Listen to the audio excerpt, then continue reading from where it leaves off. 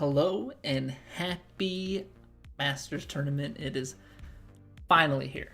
It's finally here. There was so much golf consumed during the workday, which is a fantastic way to spend your day. Obviously had some calls and stuff, but so many golf shots as the day goes on. Expecting the same thing for Friday. Gonna try and take in as much as I can. As much as I can get away with family this weekend. But yeah, the Masters is finally here. Feels good, man. People were asking me, there's been a repeated question of who am I picking for the Masters. I said it's hard to pick against Scotty. I said Rory's coming in hot. I said DeChambeau's kind of my outside pick, and the guy that I wanted to pick but hadn't played well coming in was Oberg. Well, between the four of them, they're playing pretty dang well, and I think I picked pretty well. That's what we've got. You got Scheffler at T2. You've got Oberg and DeChambeau right there at like 5th or 6th. I forget exactly how the ties break down at the top, and then Rory was playing right up there at the top, but a pair of double bogeys. Not exactly the greatest. That's gonna be tough. I think they were saying that Masters winners have only ever double bogeyed once through the entire tournament. So yeah, that's gonna be tough. What's going on, Tom? Ria, welcome back. Just vibes. But people were asking me like, who would I pick for the Masters, and those were the names that I was throwing out. I don't have any Masters fantasy going. I don't sports bet. So that was mostly just like how I was feeling. And it seems like those players are doing pretty well if I actually had put it to anything. So what's going on, Johnny? You're checking your phone all day. I know my wife said that on Saturday I can't just sit down and watch it. I gotta. They were saying about free stuff, so they put it for free in the cart. Gotcha. I'll have to watch on my phone so I can be mobile in the house and not neglect my family. Free! Yeah, some free balls. Nothing like free balling it on a Thursday.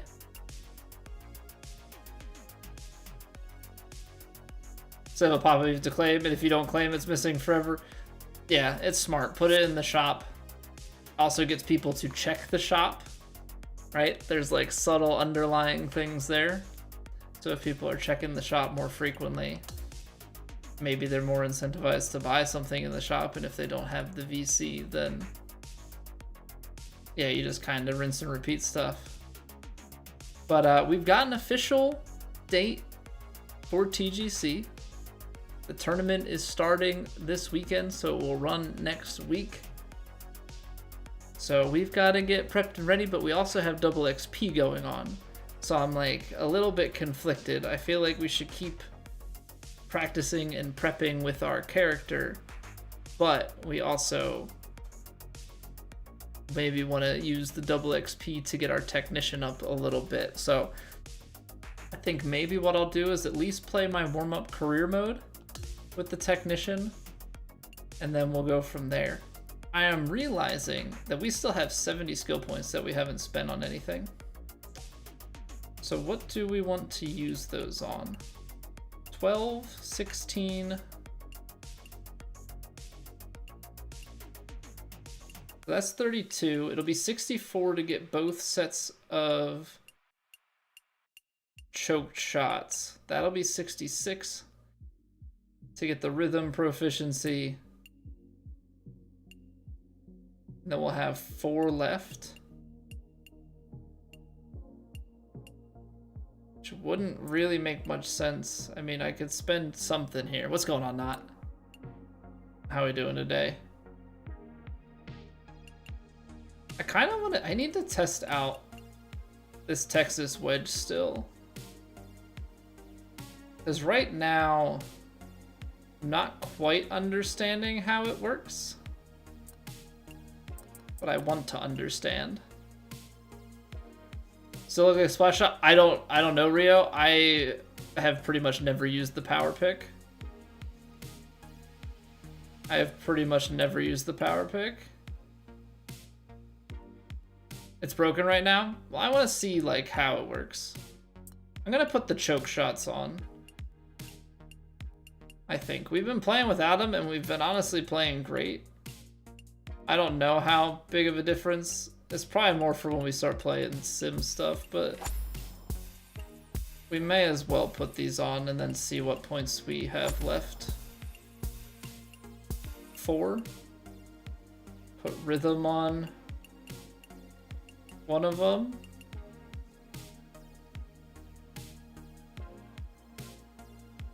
Which one matters more? Probably rhythm on approach, because T is going to be just par 3s that I would care about. Par 3s are tougher. I don't know. It's an interesting question. We'll just put it on approach. Lots of ghost breaks on the qualifying course. I've gotten used to this. I've gotten used to the 2 upgrades. I mean, as the TGC, because the thing is, I've only been playing like society. I haven't really been playing societies. I've been playing a lot of career mode and ranked tours and matchmaking and stuff, and I've gotten pretty comfortable with it. It could very well be that as we play societies and play TGC and stuff more, that I learn to dislike it and I want to go to smaller grid sizes. Yeah, we'll see. We'll see. Yeah, let's at least warm up. Let's at least warm up here with the technician. Get that going, and then we can kind of go from there. So warm up with a little Mizuno photo shoot. I need to turn a fan on.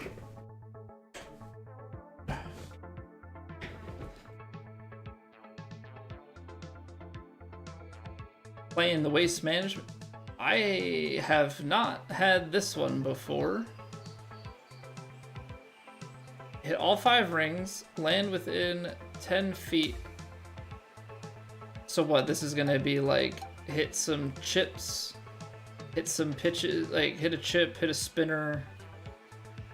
32 is gonna have to be at least this pitching wedge.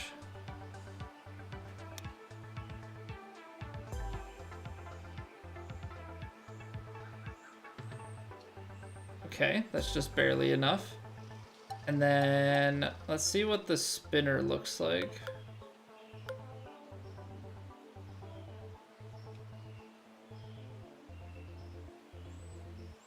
Let's see what the spinner looks like here. What is the percentage on this? 90? That's full, so something like there.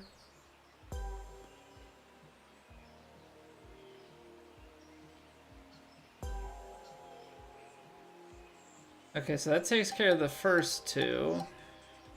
Probably need to pitch this one to get enough height. No, because I'm going to end up landing it short. What do these flop shots look like? This is where accuracy is going to be my problem.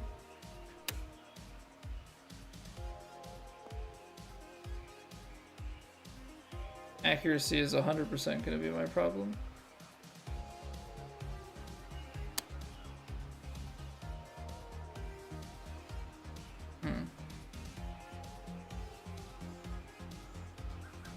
Might have to start with the flops. The flop is high. Oh, that's short.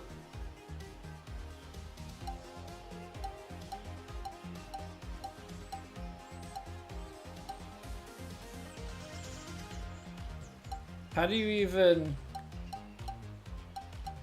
I don't have super flop on this character, but I don't think you have enough distance to super flop.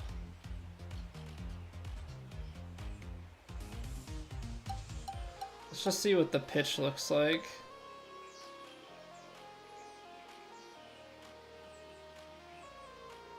I don't think this sits, to be fair.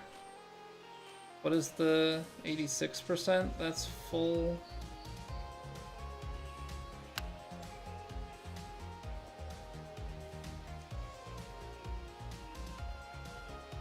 Well, it's in the circle, but that's not enough. You gotta hit it a little bit further to get it through the circle.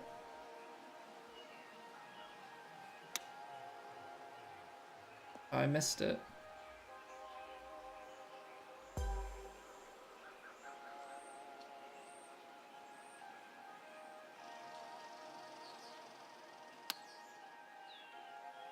I missed it again.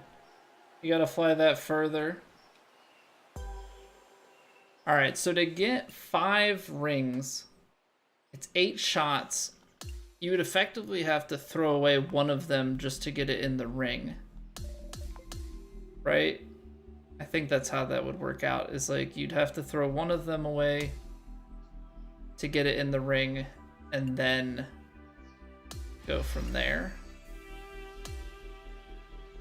Oh, you know what? I need to put power fittings on this. I don't want correction messing with me.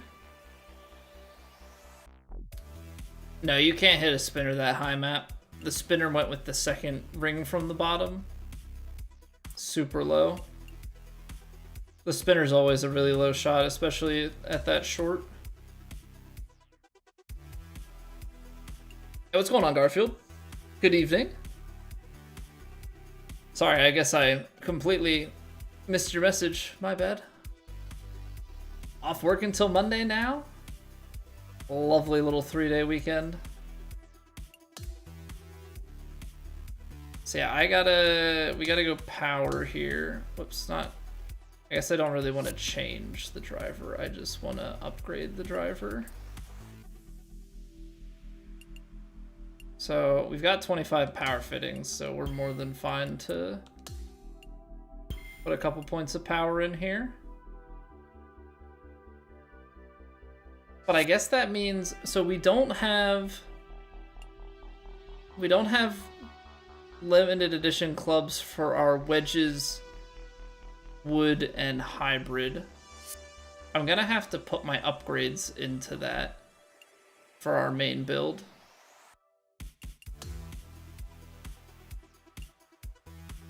Got 5 AP available here. Guess we just go shaping? I don't think I need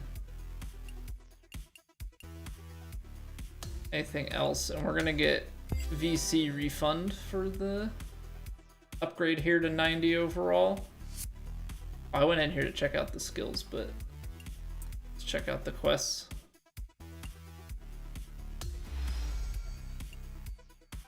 Alright, so we got some hickory woods, 900 VC back in our pocket. That's always nice. Shots of the green, they want us to play 1 round of Divot Derby and finish rounds of Technician. Alright, well, we're already playing Technician, so that's good. 10 top 10s. I really don't foresee that, but we gotta get dailies done. Gotta get dailies done. Yeah, we have to bite the bullet and do some upgrades. I'm just dilly-dallying around. But I mean, at this point, the 90 Technician to me is no different than the 99 Technician, which is kind of crazy because he's only at what, level 38 or something like that? 37, but like the putt stats don't really matter. The rhythm and transition don't really matter. It's only these first 3. Kind of crazy that that's how I feel, but I also don't know, like, is this the wrong approach? Should I be putting more into contact and leaving the power even shorter? Like, did I put too many points into power when I first built this out? Also, I keep meaning to look at skills and I keep backing out.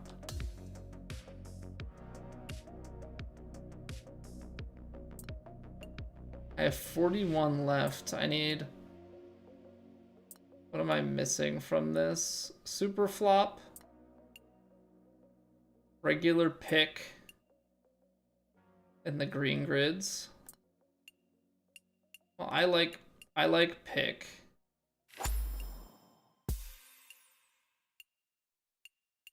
I like pick. It doesn't give us the boost, but it at least gives us the skill.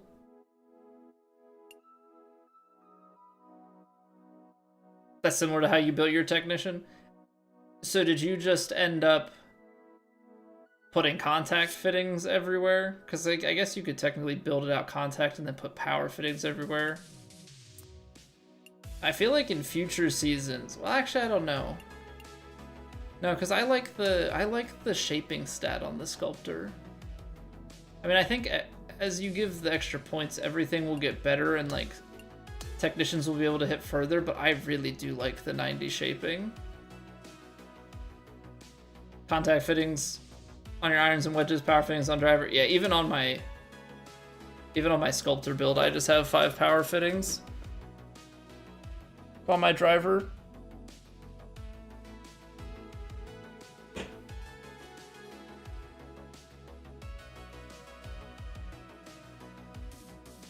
Yeah, I like the extra power. I feel like the balance, like I hit my points enough that I don't think that I need to build this technician out.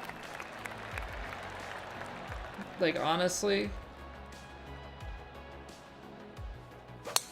Like once we kind of dial our swing in for the day, I feel like we hit our points enough that like the technician ends up being a little bit overkill. Like it's pretty good. I just feel like the extra distance helps with the spin control and just being able to attack things a little bit easier.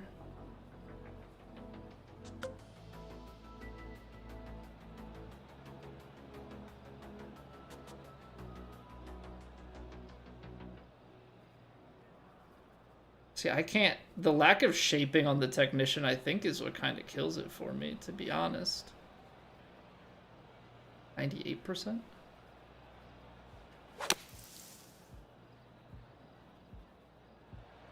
I could have hit that full. Good evening, Richard. Welcome back. Rake, hello.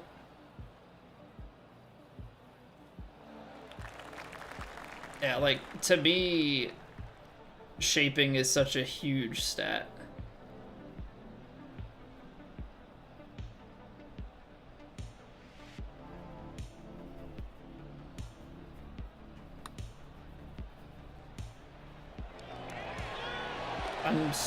I'm such a better putter now. I'm such a better putter at the moment. We don't even have the green reader on this character, but I just feel like my putting has gotten a heck of a lot better.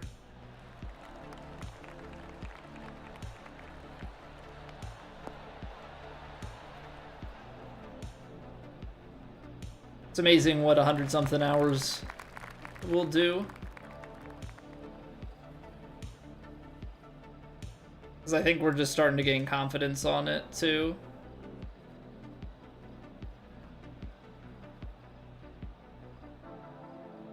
Like, I try and shape this, but I wouldn't be surprised here if that doesn't mean much. And, like, this ball says normal. I think it's still drawing. 79%.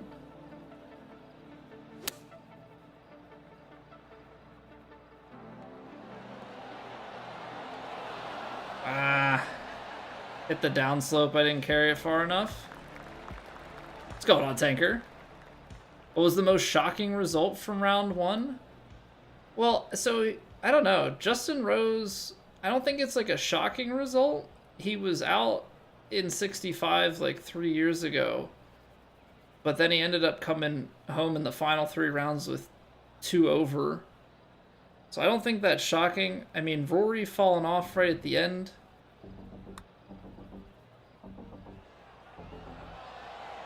Oh, that was close.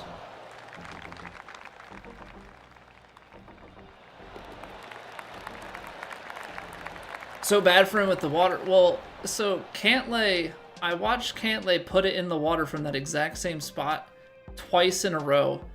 And kid you not, like, Rory stepped up and I was like, is he gonna do the same thing as Cantlay? And then he put it right in the water, like the exact same chip. And I was like, well, that sucks. And then I don't know if the shot's just so hard from where they were.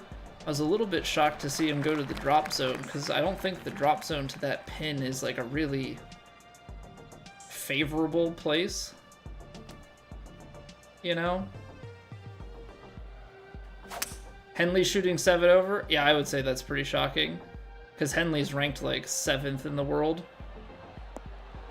Won at Bay Hill not that long ago. Has been playing pretty well. Schauffele, I don't know. I guess, like, it's tough to gauge sometimes because Augusta does play tough. Right, like, Augusta is always a very difficult course. I would say Schauffele and, like, Rahm, maybe. Although, I don't know. I guess Rahm kind of did the same thing last year, didn't he?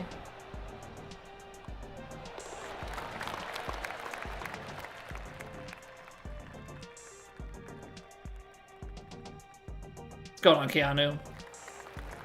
Mickelson having a terrible round wasn't shocking, or JT?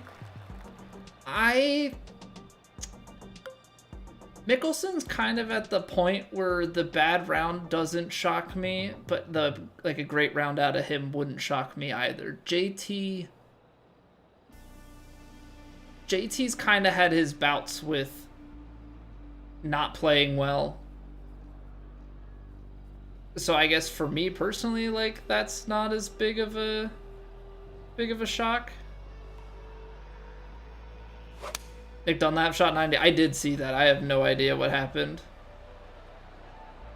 I think he just had a bunch of doubles and a few triples, right? Like, just consistently was not great. Hey, welcome back, Tyler.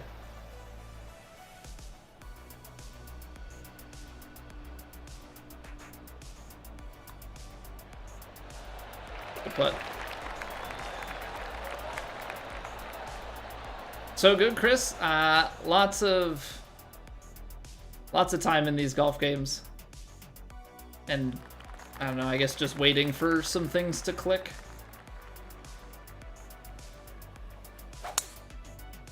Oh, I pulled that one. We've got over 2,000 hours between the last two 2K games, so this was just a lot about getting these mechanics to click. We're gonna get a decent lie out of this. I'm gonna go up like a half club here. I'm gonna go up like a half club. 96%. It's online. That's it. Yeah.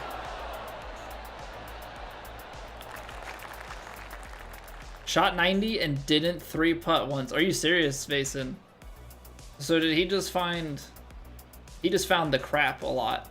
So he was just very errant tee to green. It's low. Oh, I underswung it, so I think it was actually going to be online.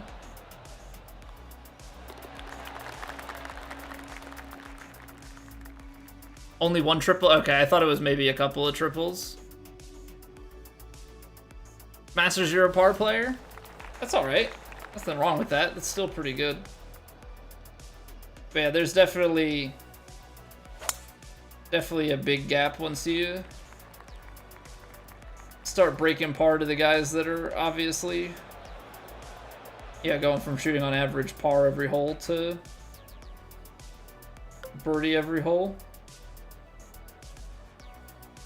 But just remember, every time that you see that, like, those players have just put a ton of time. Ton of time into the series, probably a ton of time into the game. Ooh, this is going so far to the left.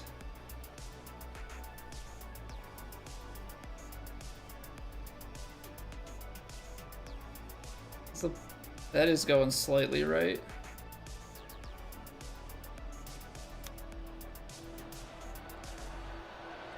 That's honestly not bad touch from there. Not bad touch at all. 4 rounds he played even. Hey, what's going on, Jeremy? Zayden, welcome back. So, Chris, I mean, a big step up in game a lot of times is getting the proximity to hold down. Now, obviously, there's a couple components to that, right? There's input, and input is largely just learning the repetition. But if you can nail down elevation and wind adjustments, then you can really start to dial things in a bit. So like this shot, right? It's 228 yards, got 3 feet up, so it's playing like 229, and then I got like 7 miles an hour of wind in the face, so it's gonna add like another, let's call it 9 yards. So this hole is playing effectively like 238 yards. I have a 229 club. It's a hybrid, so it's going to want to cut the wind and roll a little bit as it gets on the ground. I got a lot of room to work, so if I can try and land it down here and run it up, that would be great. So I'm going to take just a little bit off of it, 98%. My player hits a little draw. That wind is bringing it over that way.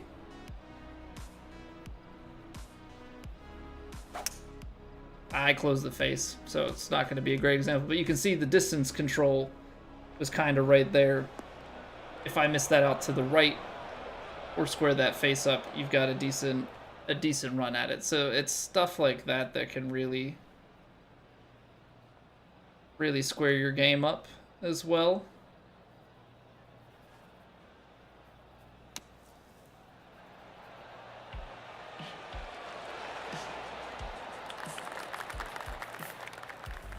But do we think that Rose is going to hold on here? Because last time he had this kind of a lead and this kind of a start, he just flatlined.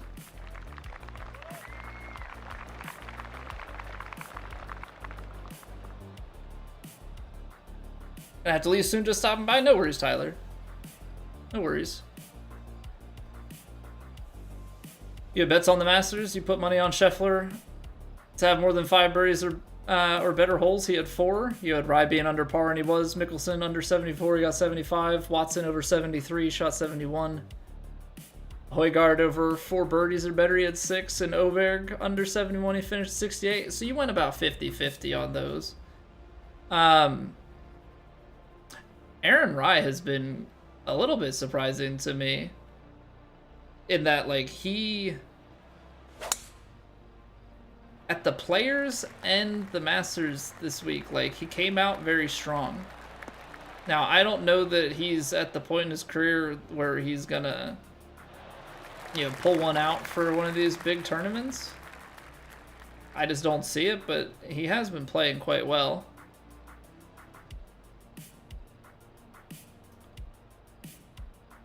Scheffler 5 birdies or more. I mean, Scheffler just played clean. For the birdies or more, sometimes you can take on some of the like more erratic players like a Spieth or a DeChambeau or something, guys who are going to be able to get after holes but also subject to some mistakes. Scheffler definitely plays that course with an air of confidence and whatnot. Like, he's not going to be crazy aggressive, right? Play to the right spots, all that jazz that you normally hear about. I thought the live was going to take us a little bit more.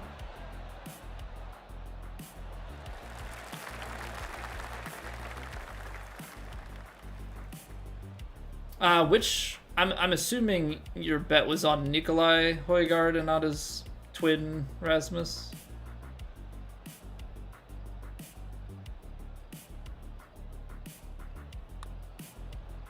that got out. I didn't hit it firm enough. I think that might catch right edge.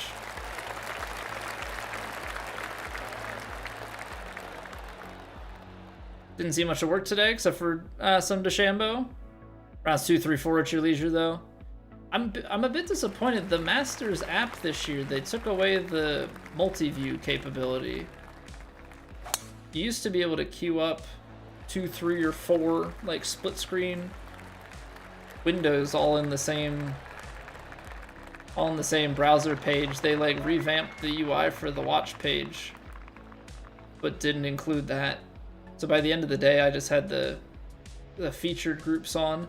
I went through though in my group and I favorited everybody, except that backfired because yes, I saw every shot, but they didn't necessarily upload every shot in order, which was confusing. The Kolbstair report. Going on Kara. Oh, they did put the multi-view in then, kind? I didn't... By 2 p.m. I was just locked on the... I was stopped looking for it because I had it up at 8. Like, I watched all day long. And then in the afternoon, I just switched to the ESPN broadcast because I was downstairs with my family, so I wasn't just sitting at my computer while I worked with all of the golf.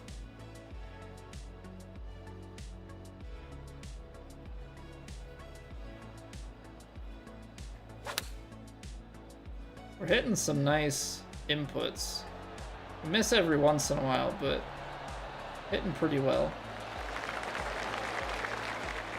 Yeah, I'm not gonna lie, I know that there's like a level gap, but I miss the shaping of my sculptor. I really miss the shaping of my sculptor. Okay, so I'll have to look tomorrow, kind, while I'm watching and working to see if they have the multi-view up. Alright, the back nine that we got so familiar with, but I am such a better golfer now than I was during the demo. Hit some crazy putts and then missed the easy ones. It's just sometimes how it goes, man. Golf's such a weird mental sport.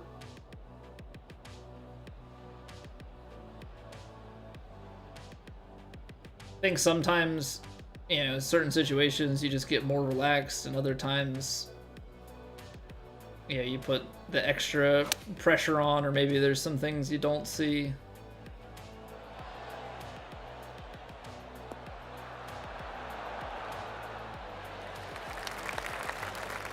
Didn't start until 3 Eastern. Well, I wonder if that was like an intentional thing that they timed it for when like the actual broadcast started. Because I think the broadcast is at 3 on Thursday, Friday, and then 2 on Saturday, Sunday, something like that.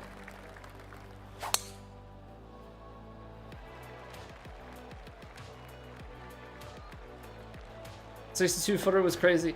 Was the 62-footer on 4? Because I don't think it was 62 on 6. He drained a long one on 16 as well.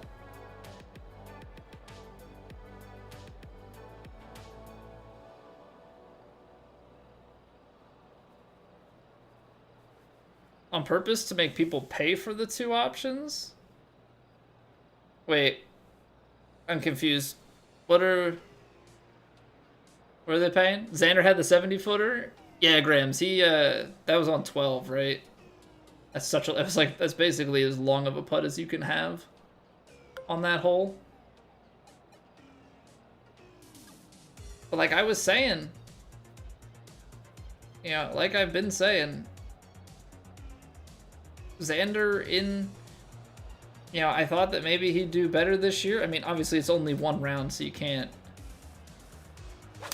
write the tournament off. Oh, close is not where you want to be on that shot.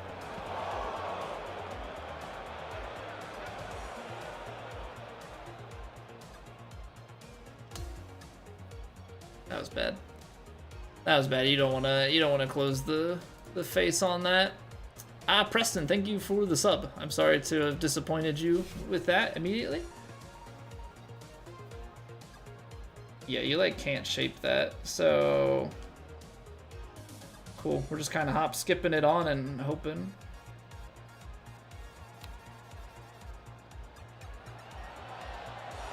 I mean, I was kind of joking about the hop and skip. I didn't mean that like it's such an elevated thing that it's gonna meet the ball like on the rise. Going around 13, he got par. This is an easy putt. That's tough, dude. It's tough. That's just kind of the way golf is sometimes, to be honest. You know, as silly as it is to say, like, you know, that stuff gets replicated in this game for sure.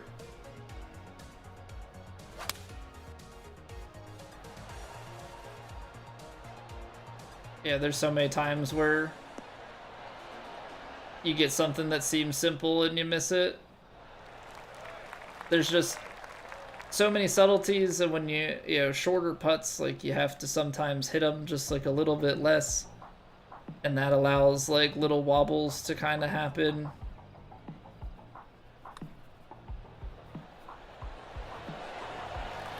Oof. Barely squeezed in.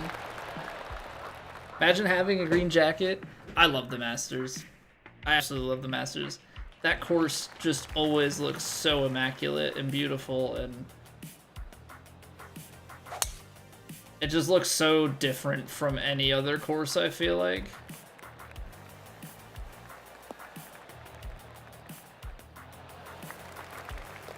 Just the greens and how certain stuff is laid out.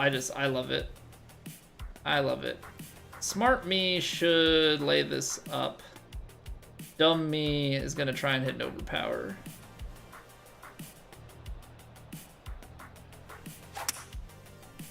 I only got 101. And I missed the rhythm. One thing I haven't tested is, do clubs below the driver get extra distance on overhit rhythms? I know that some do. But do like your woods and hybrids? That I don't know.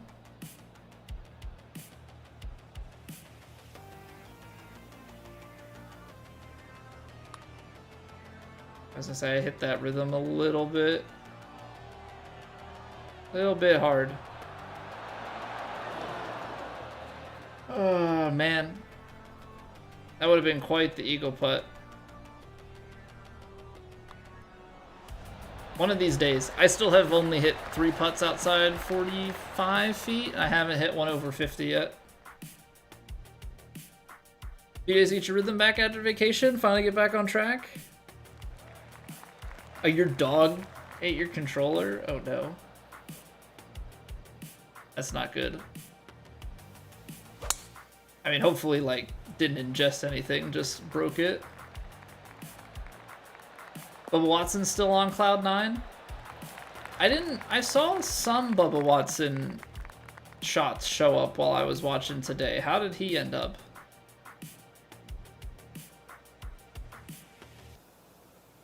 Nothing out of place? Yeah, like, it is always pristine.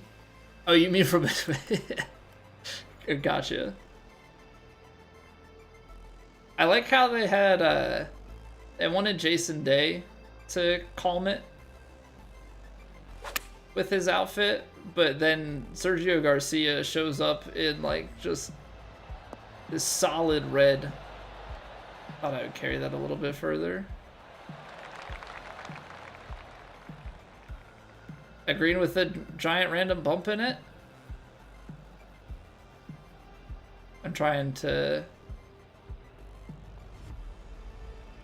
think if it's actually something out of place or if you're making a joke about a hole. I underswung that. Did not let that club head go fully back.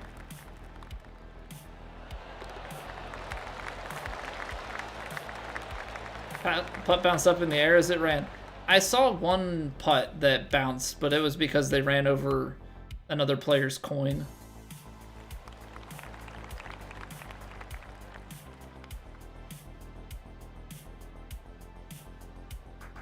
come to terms with 2K that backwind doesn't help carry the ball as much as you anticipate, say? No, it doesn't. It caps out at about 12 yards. Even if you throw extra wind at the back.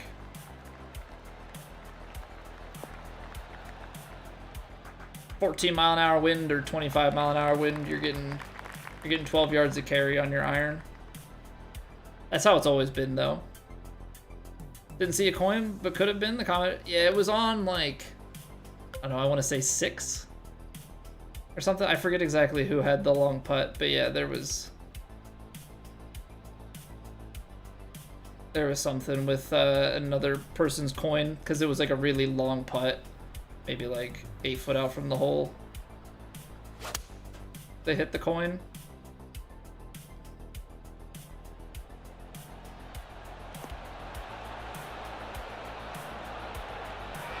Let's go on, Kane. Neiman hit somebody's ball marker? Yeah, that sounds right.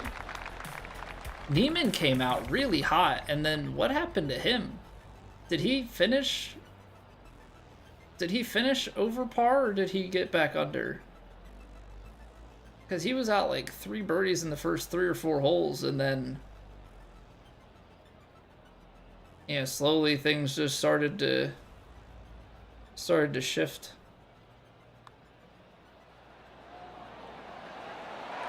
Nice. He was par.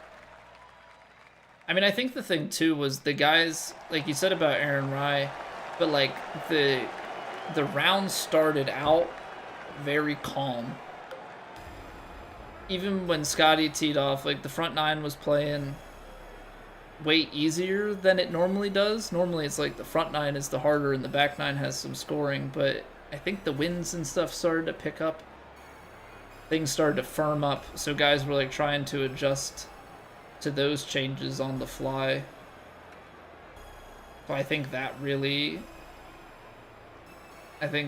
played a role as well with some of the scores. 71. I'm gonna choke down on this 8-iron a little bit.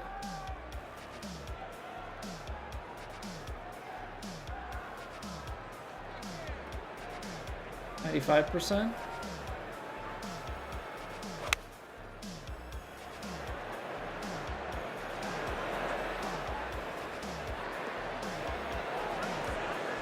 I took too much off of it. I know. Boo. This guy sucks. Took too much off.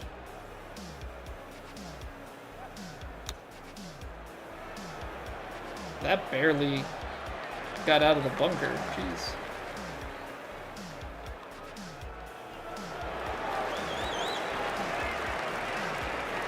Six was tough today because it was par 3 and the front side of the green was sloped, so everyone had a hard time landing it over top of the green. Well, the crazy thing about that, Tanker, is that the 6th hole, they were playing, I think it was the 6th, was the 6th hole the one they were playing from the forward tees, or was that 4? One of those 2 holes, the normal tee box and hole location and everything, like it's like 40-50 yards further back.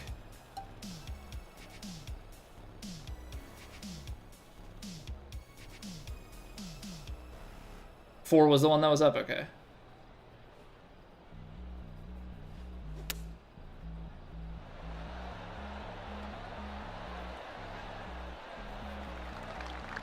Batia started on fire and fizzled out too. Yeah, he kind of rallied at the end though. He had some bogeys on the back 9, but he also had a few birdies to kind of steady himself out. Yeah, Akshay's been playing pretty well.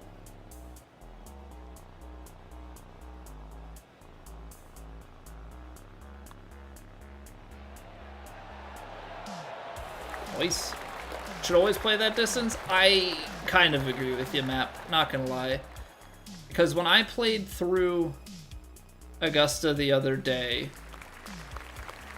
recording for the YouTube video, the playthrough of it, I got to that, and like even with my sculptor who has some distance, it was playing like was playing like 234 or something like that, which was my 3 hybrid. And it was to the pin in the bowl just over the bunker. Because you've got the back right, then it bowls down to that level. And I was like, what am I supposed to hit here? Because if the wind's in my face to stop it, I gotta club up. If it's smooth, like, I'm gonna take the bounce and just roll out. I'm like, where's the play? Are you supposed to just play to the deep part left? Like, and then have just a long putt into the bowl? I ended up in the back left. I was like, I don't know how you're supposed to play this. Like, truly. Alright, 144 is kind of the number we're looking at carry and pin high, which is maybe about here.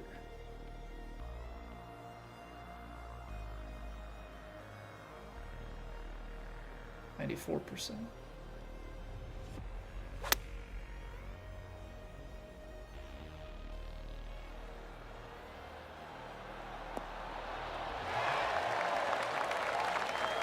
Got to go to the Masters. They said they were able to play Augusta after the Masters tournament. So how does... Oh, I overhit the... Whoops.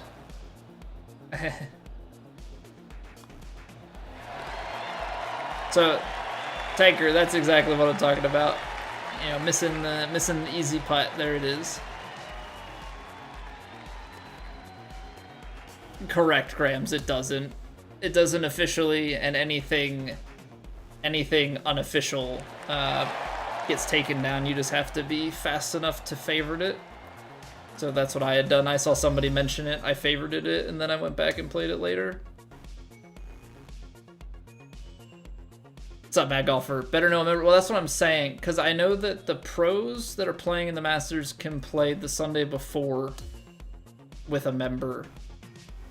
Afterwards, I would think it just goes back to normal member guest status. So I would think, like, if you know people that are playing, I guess they know a member, because I can't see how they'd be able to play it otherwise. Yeah, Grams, it's all legal stuff. They don't have the rights. They don't want to get into a lawsuit with Augusta. Yeah, who knows if there's some stuff behind closed doors with that. Well, that's also if they get to play it. I thought you had to have member guests, but maybe there's some other way too.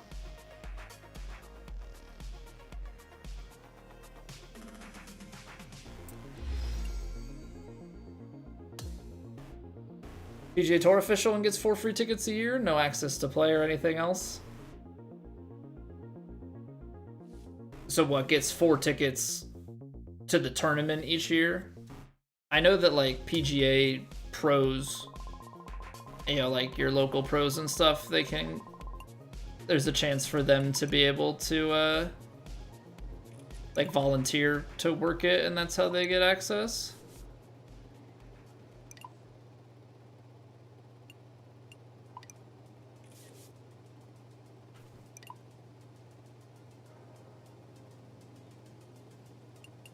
Alright, so one thing that we need to figure out, so TGC is starting next week. I kind of have to figure out what schedule of events we want to run. Should we be playing... Should we be playing weekly? Like, what do you guys... Or not weekly, sorry. Let me gather my thoughts here and say what I actually want to say. Do you think that for TGC... at least with the qualifier, that we should play 1 round a day, or should we play like 2 rounds on one day and 2 rounds on another? I'm just trying to figure out like how we balance it with ranked tours and stuff. I think ranked tours, once we get to Condor, I think we're gonna be done. I think we're gonna be done with ranked tours once we get to the point where we've gotten like everything that we need to get out of it.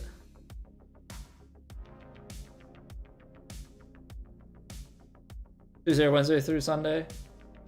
Okay, they said they fixed merits. I have finished in the top tier. I have finished 15th and 16th, and I have gotten 0 merits. So somebody explain that to me. Somebody explain that to me. How am I, why am I getting hard stuck?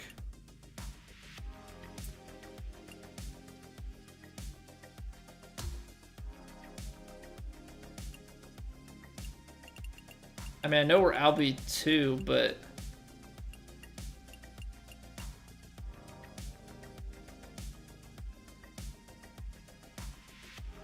thought it was someone that you know that mentioned playing the course was JJ White. Yeah, JJ probably has some contact, or is like some member would just be willing to get him on the course. Yeah, what up, Duck? Sassman, welcome back. Ready for some TGC Tours? Of course.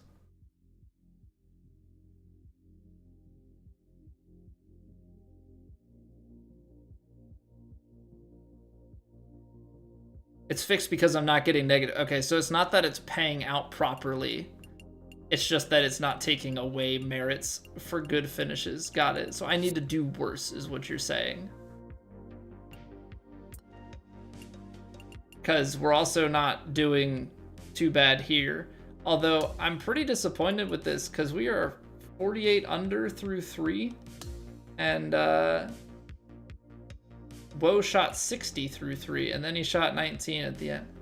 So what did he shoot? 19, 20, 21, 19.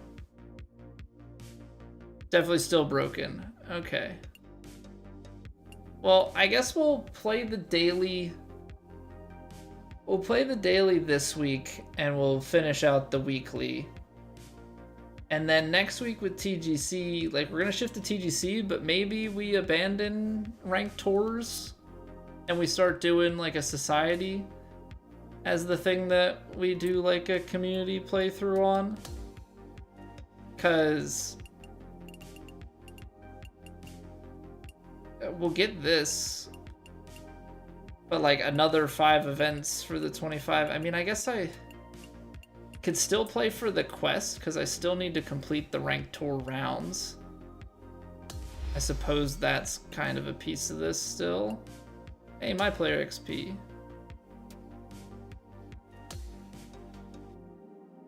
Do you know some people who are going, thought it was one of the, yeah, that's fair. I was like, that's pretty crazy though, that they're just like able to play it, because that's always like on people's, you know, like all-time thing that they'd want to do. So it's 100 rounds, 1200 VC. So maybe we keep playing until we finish that. It's just gonna take a while. So we only do 8 a week, which means it's another like 7 or 8 weeks. We're gonna be at 40. Yeah, it's gonna be like 7.5 weeks until we finish this, which is into next season. I mean, maybe if the rewards are good. But at that point, like, will the VC even matter? We have everything to... I don't know, I guess it's about how much do I care about getting these like... Because I've been trying to do some of these because they pay out VC, but I think we're at the point where it realistically doesn't matter. There's some clubs I'm not going to use. I mean, I can get these all to 90, but still haven't equipped a consumable golf ball. Anywho, ads are gonna roll. We'll be back in 3 minutes. I'll start up the ranked tours. If anybody wants to play on the Master Daily, you're more than welcome to join in. I'll put the codes into the chat once the ads start rolling. We'll take a quick break, and then we'll reconvene here. Run some 2K ranked tours.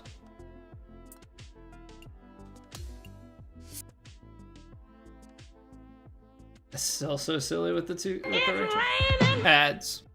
There it is.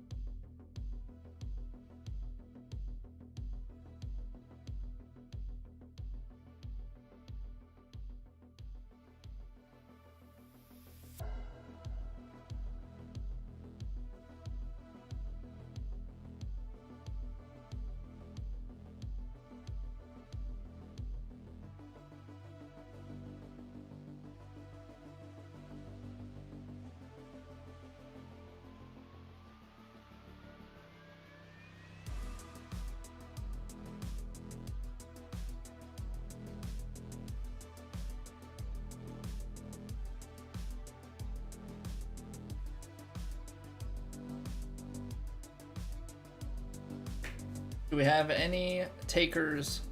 Oh, we do have a taker. What's going on, Duck? Anybody else? I'll leave it open for another minute or so here. We're gonna run the daily master ranked tours.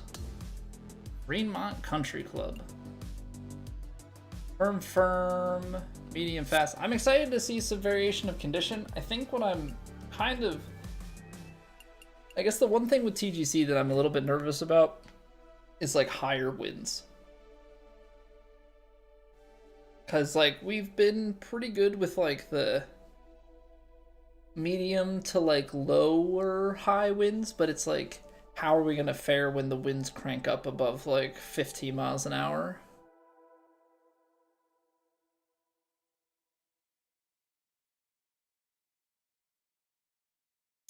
Chrome Yellow. I see you sneaking in there. Over 9,000 channel points redeemed. Appreciate you taking the time to rack those up. Alright. Let's go, Duck. For the lurkers, get in there, Chrome. How you doing?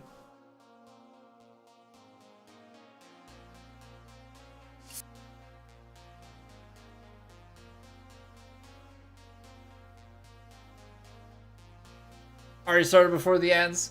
Yeah, I always forget to like announce it until right before the ad break, but I need to have like a mental note to say something about it earlier.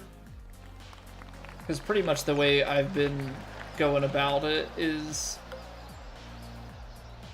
after like the first ad, like I warm up with a career mode round, and then after the ad break, after we kind of get warmed up and get through career mode, then I've been running. So I've been trying to do it after the ad break so that way ads don't cut into it. Because I don't want to cut into a round that other people are participating in. I'm okay cutting into a round if it's just me though.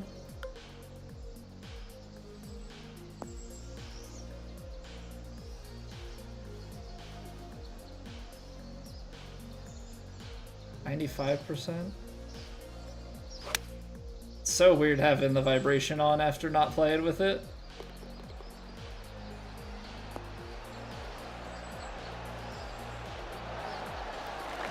So weird.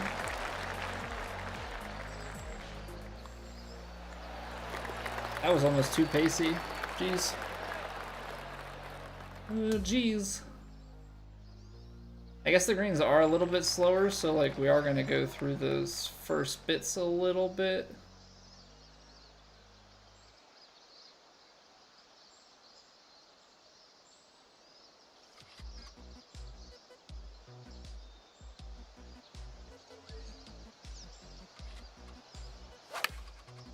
Pulled it. I would have much rather overcompensated for that and pushed it, but now we've got a bit of a plug. I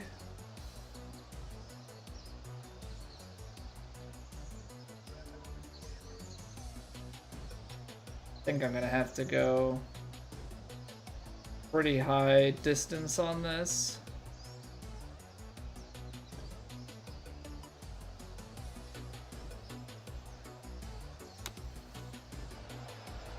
Yeah, because look at how that's stuck. I needed to go even further.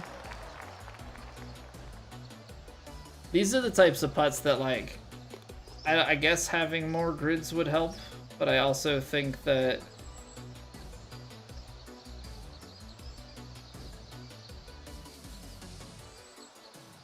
you just have to worm cam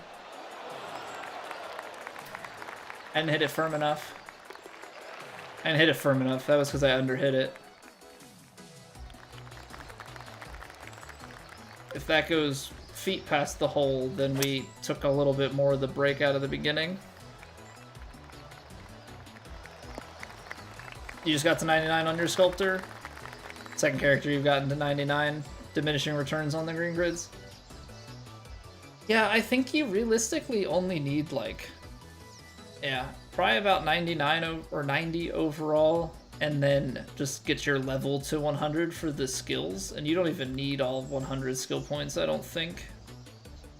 Could probably do, you probably are good at about 425, 430.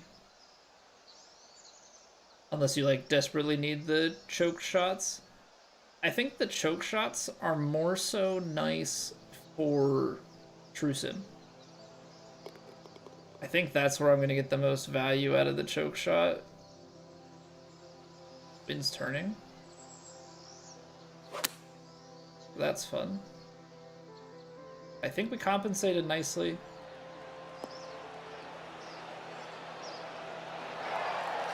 Ollie, welcome back. Lucas, welcome back. Late again, Lucas? I don't know what to tell you, man. Get here earlier, I guess. Rory after 14. I know, I'm very curious to see how he comes back tomorrow, because now you're 7 back. You were 3 back with a chance to go be close through 18. You know, how aggressive is he going to get? Just playing too fast? Yep. That's what it is. You know it.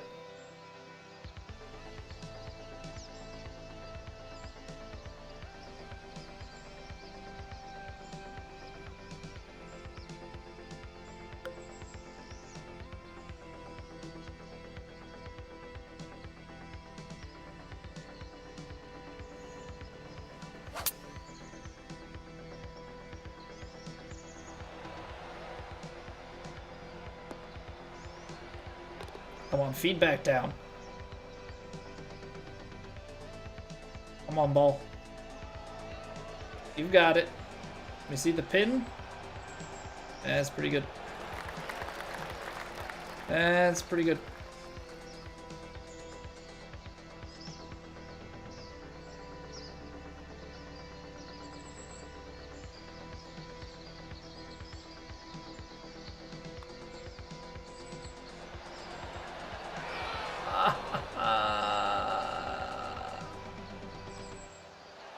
That would have been a great birdie from that side hill, but just didn't break quite enough at the end. I'm playing about 177 or so.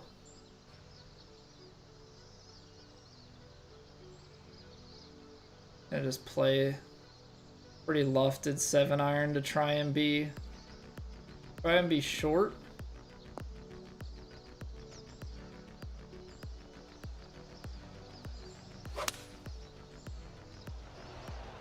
Oh, he likes it. Gave it the little club twirl. I could have played a little bit more backspin.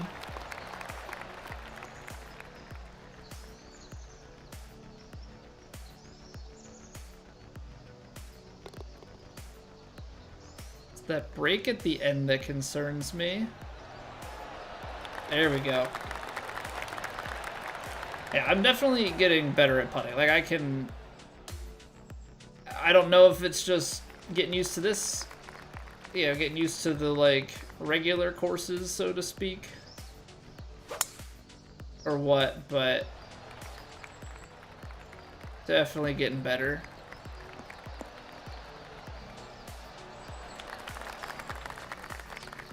So, I got a comment today. So I've had two cheating / hacking comments on the YouTube shorts recently. Today's was pretty funny.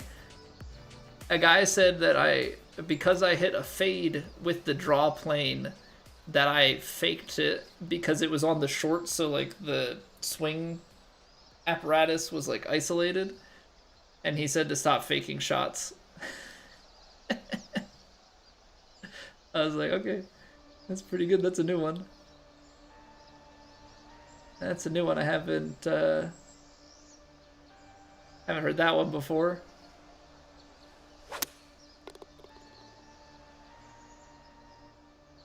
Funny enough, because of the shaping and the way that I work, like, because I can shape so much, and the way that the shaping mechanic works, I'm a draw bias that probably hits more fades than I hit draws.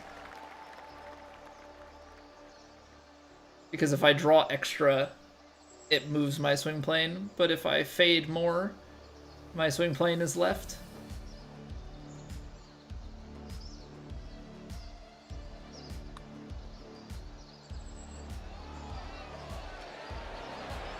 Oh, come on now. I told you. We're getting better with the putter. We're absolutely getting better with the putter.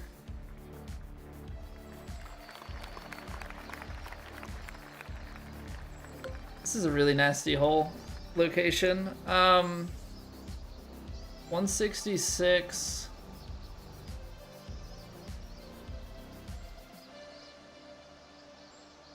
He's probably playing about that 171 9-iron to get 14 yards. Doesn't feel right.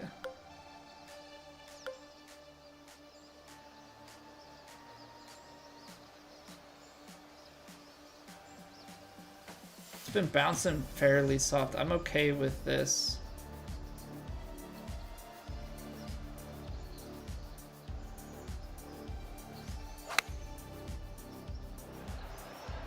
I like the line. That's a little left.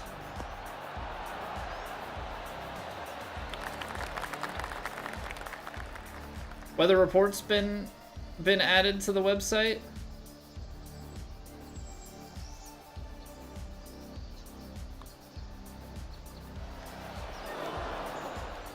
Yeah, just a little bit low. One round low, one round medium, one round high. Something's going to double up. One round moderate and 2 rounds of shorter tees. Is the other green speed default? Is it moderate and default? And do we know what the default green speed is here? That's going to... If I barrel that down there, that's going to be a little bit...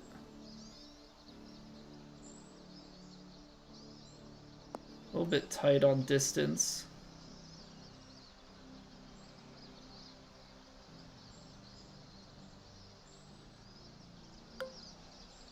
I think I'm okay with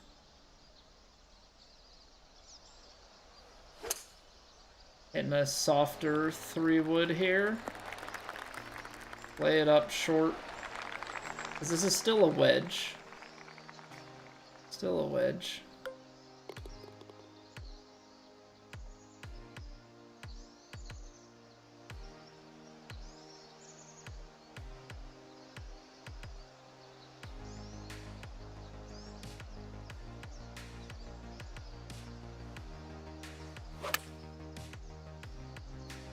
Okay, lie played. That's a good lesson.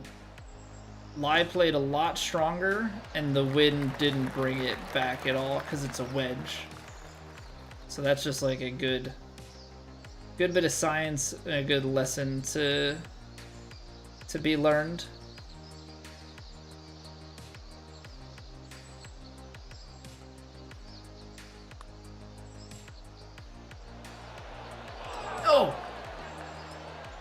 Oh, I really thought that we had it.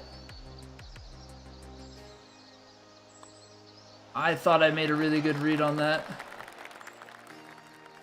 Oh boy. No changes to firmness of greens or fairways through the tourney? Okay. So we're gonna get very familiar with the way things are bouncing.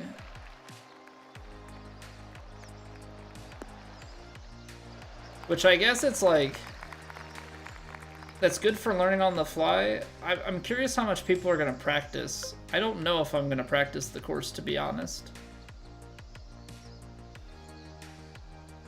Maybe I'll give it a once-over just to feel it out, but I don't know.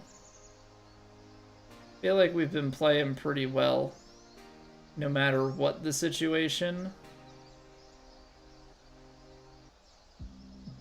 I'm gonna hit this stock. Because if anything, we're gonna end up just short.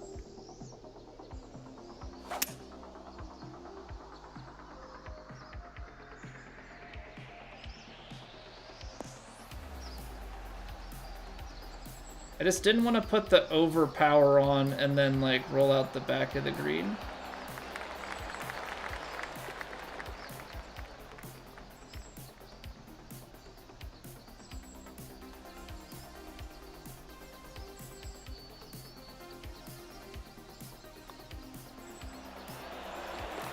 There we go.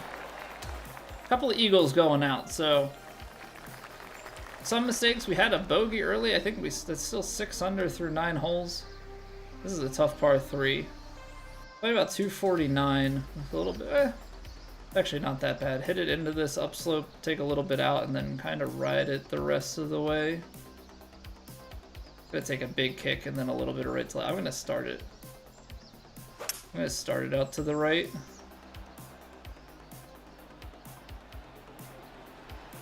That slows it. That didn't take as hard of a kick left. Yeah, but you kind of have to be back here. If I get too flirty with that upslope, it's tough. Hello again, Sea Dog. How are we today?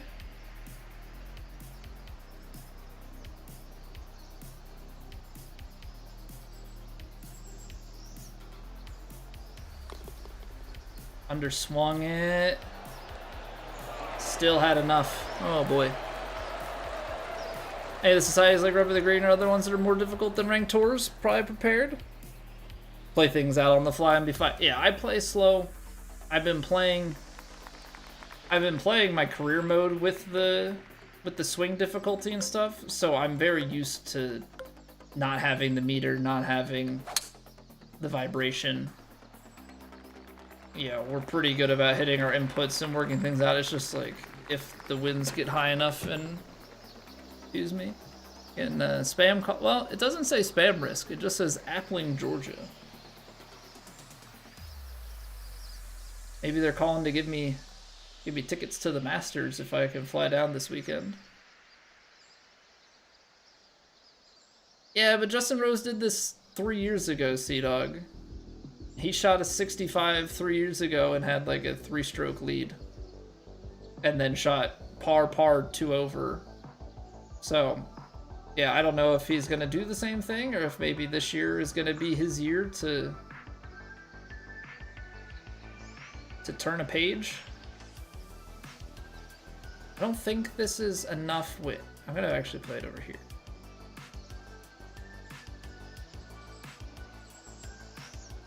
The wind is turning, but I think it's going to hold out left enough. Yeah, okay. So I was correct in that. Where the wind was turning, I should have played it more to the right. But it feeds left to right there, so that is A-okay. Still needed a little bit of extra legs. That was always going to be a tough call. This is like slow bleed back over to the hole. I moved it one extra at the end. Was correct. I didn't trust it. Yeah, I watched a lot of the Masters today, Lucas. I will consume most of my Masters watching Thursday, Friday while I'm working because I'm only disturbed by work and not by family. Saturday, I will try and watch as much as I can, and Sunday we're having Easter dinner a week early with my family, and so I think it'll be on. I think it'll be on at my family's, but like obviously I will also be visiting, so.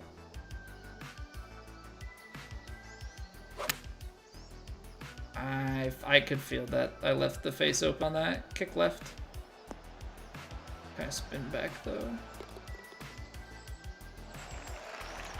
First round impressions. I mean, Scotty continuing to look like Scotty. McIlroy, I was very impressed. Like, he came out very strong, but then 2 double bogeys in the last 4 holes. Justin Rose out there with the multi-stroke lead. A little bit surprising, but at the same time, he's done it before. You know, Bryson, Oberg doing what, like the guys that I predicted to do well when people were asking seem to be doing pretty well.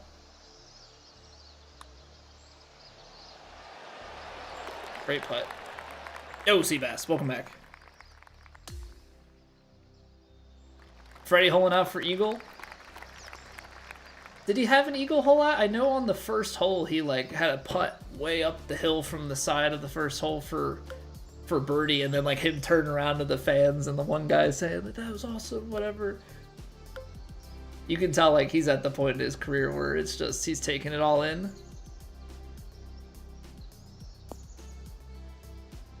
Oh, the hybrid on 14. Yeah.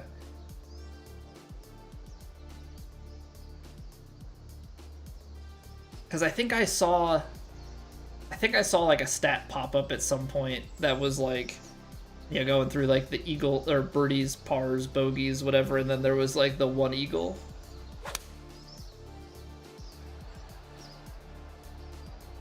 And I think at the time I hadn't seen the clip, so it was like, who holed out here?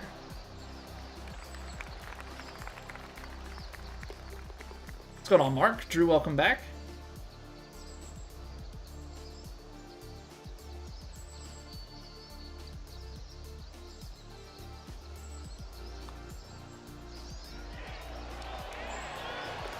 Apparently we're just reading downhill breakers around here.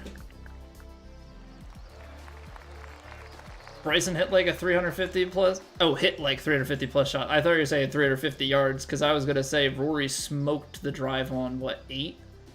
Covered the bunker, I think.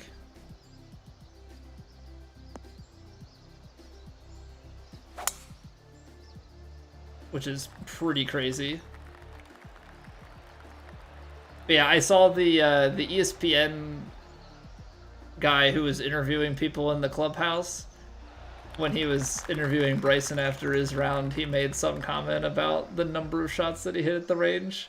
Because I think Bryson said he had some things he wanted to work out and he was going to go back out to the range like right after that interview. So that was pretty funny. 193. Probably playing about 184. Can't go 7, or I can't go 8. This slope here is kind of the problem. Smart play is to go right of the hole. But I misread the amount of movement this was going to have left to right, so I played it left of the hole.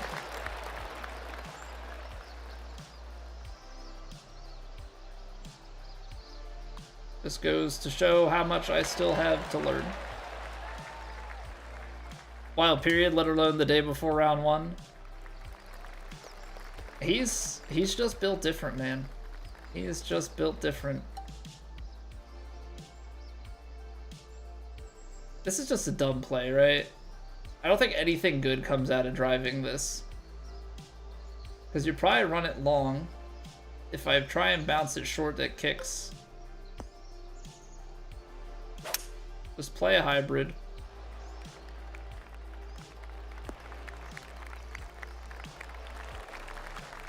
That really funnels.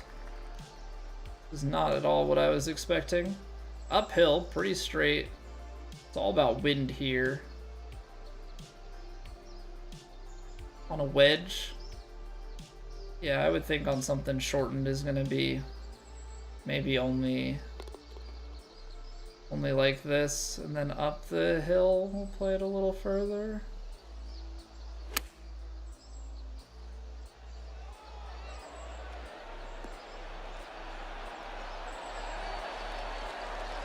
Okay, so right there is where, like, I did need to play way less left to right. Like, it's a wedge, and it's up the hill, and it's partialed. Oh, my swing path and contact were completely scuffed. I don't know what I was doing there. I didn't adjust my thumbs at all. I just pushed that, like, left to right like a normal shot. Made par by going for it. I should have made birdie there, so I'll still take that as the right play. I'll still take that as the right play.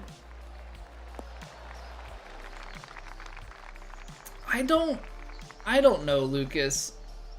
Part of me feels like I should, but there's also a part of me that's like,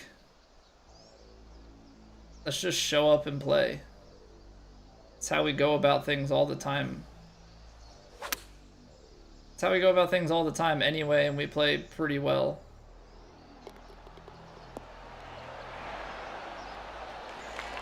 That's how I'm going to play my tournaments throughout the season, so why qualify based on based on practice, you know?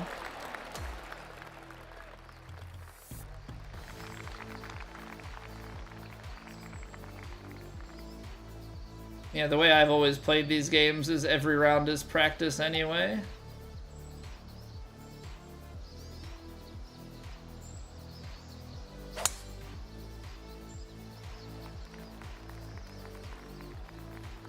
Okay, so there's the problem. I tried power drive, double crossed. Should have just hit the stock drive. I don't know, power drive, man. I don't know. I'm not sold on it.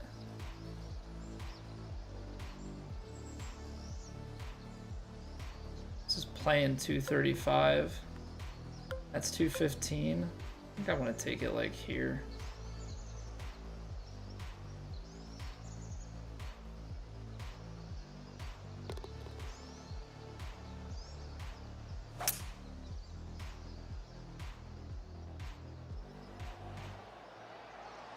I got all of it.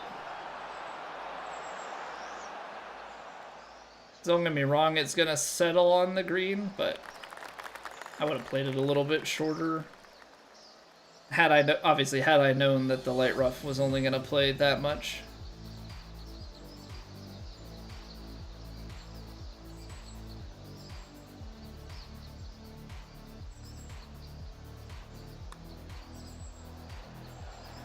Always watching it. Just downhill breaking putt phenom on this round. Hey, thank you, Jim. How are we doing?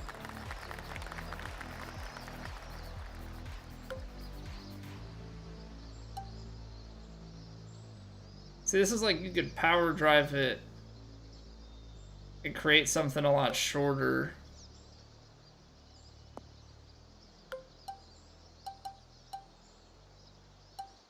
Yeah, we could choke tee shot to take a couple of yards off. Here you go, Lucas. That's for you.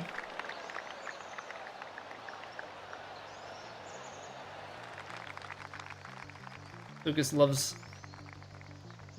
the stinger. Huge fan. Huge fan.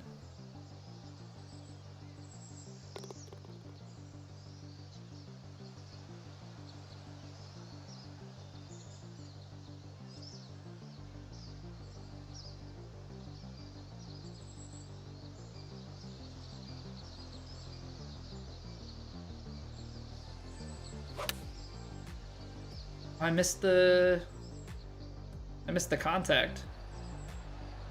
I mean, aiming where I did was correct, because if I hit that square on, we're golden.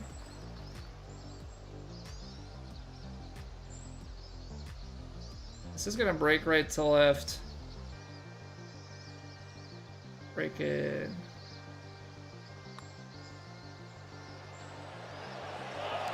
There we go. There we go. 9 under coming in. 4 eagles on the round. Unfortunately, we're a week late on the 4 eagles in a round.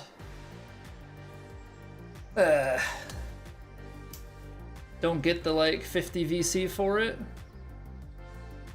That low ball flight and the different swing animation. Well, that one, the fairway rises. And that was like rising with it. It was not riding that high off of the ground. It was pretty dang low. It was pretty dang low.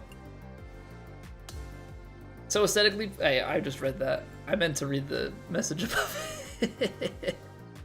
Flop shot or pitch shot? Flop shot is a last resort shot for me.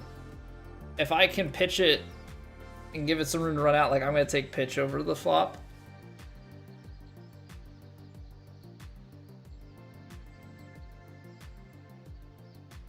Mikey with the 17, very nice. Very nice, very nice. I mean, we made eagles. We had that one bogey. Proximity to hole. I mean, that's just getting crazy. That's not good, though. This is great. This is not good. 5 of 9 between 5 and 10 feet. Just imagine if we made those.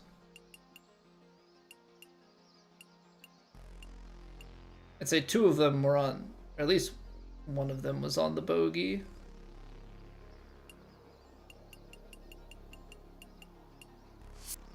Yeah, we made a crazy amount of breakers. Like a crazy amount of long breaking putts. So nice, had to read it twice. It was just, even the sentence was aesthetically pleasing. Even the sentence was aesthetically pleasing. I just had to read it again. All right, well, we're playing well. So let's just finish this off. Let's just finish the weekly. There's a chance, I think there's a good chance here that we're gonna have to ad break at like the turn. That's okay. That's okay. We can always take a quick break mid-round. It's not a big deal. I'll make sure to not have the ad breaks during TGC rounds, but I don't have snoozes built up, so. Hey, what's going on, Edward?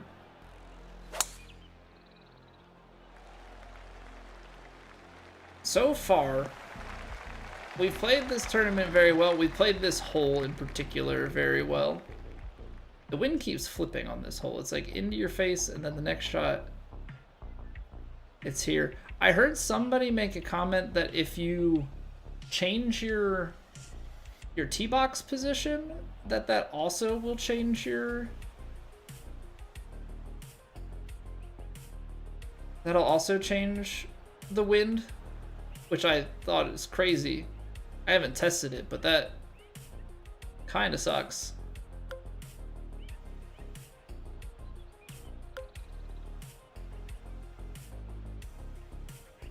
I'm gonna play this just a little bit short.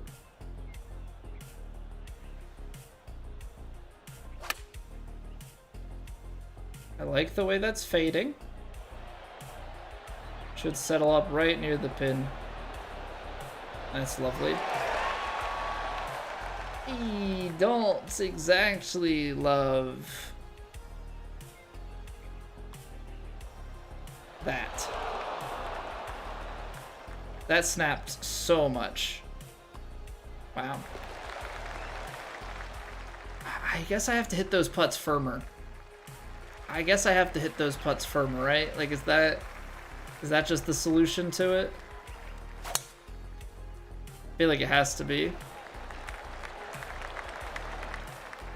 Been crazy, so you haven't been able to watch much, but you got the VC last time you were on to get to a 99 finally. Nice. And now they've got now VC rates are a little bit better. We were actually just talking about it today. Honestly, I think as long as you can get to 90, you can pretty much get all the stats you need. Everything else is just kind of bonus. At least in my opinion. But having it at 99 is certainly still best case.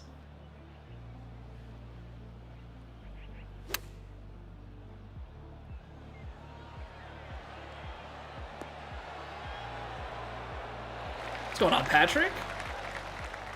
Welcome back. How we doing?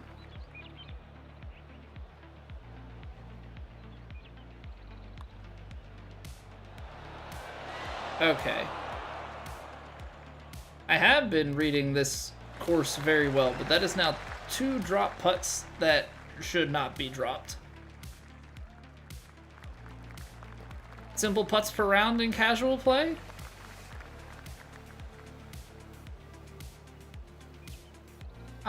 I mean, when you do quick play, I think it shows you your putts per roll or putts per hole.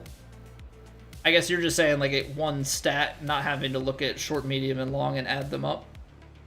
Is that what you're getting at?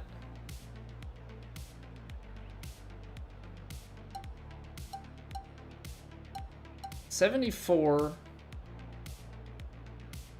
Let's try the choke tee shot. I don't know. I feel like the choke tee shot is going to end up getting me in trouble.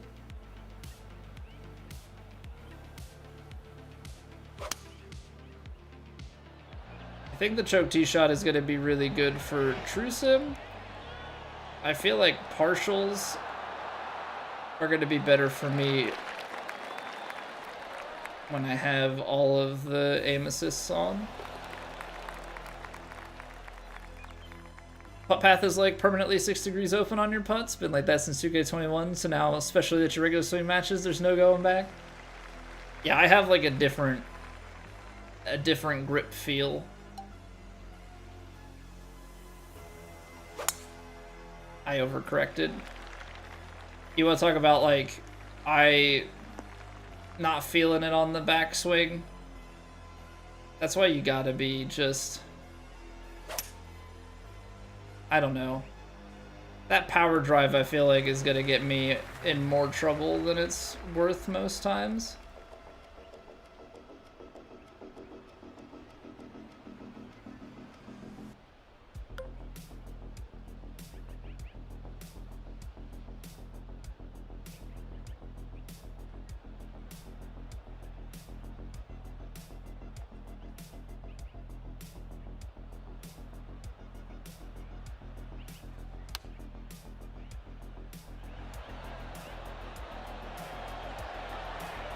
That's great touch, I just didn't play it right enough. The wind took it just a little bit more, so it got out of the flat to the or the green that moves. Your putt reads will then be wrong. I don't think that the swing path and contact do as much as you think they do. But if that helps you make putts, then so be it.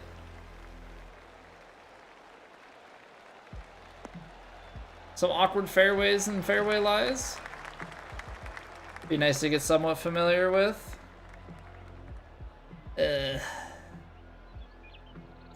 Practice. Mom, I don't want to practice.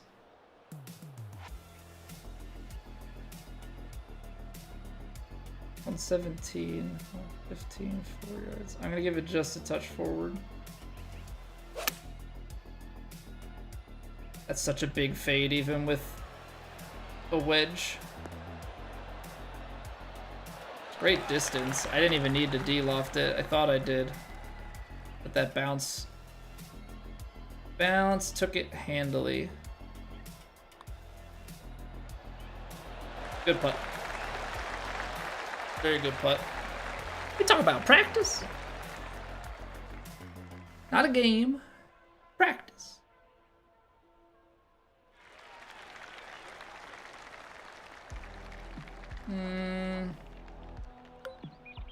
This feels safer with this, but that's it's about 200 yards. I think subconsciously I'm more scared of the water. 186 yards. There's no way I can get it out of this lie. Dang. I don't even think.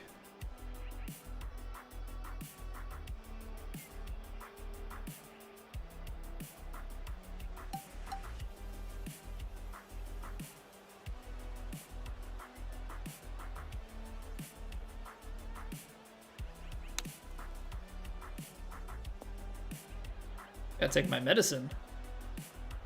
I know what the wind is, Jim. The blue part of the meter tells you how much wind there is. If you play with the wind number on, you can start to learn, you know, kind of what the wind speeds are depending on where it is in the circle.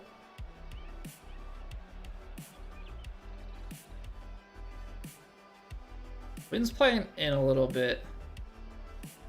Need to take just a touch off.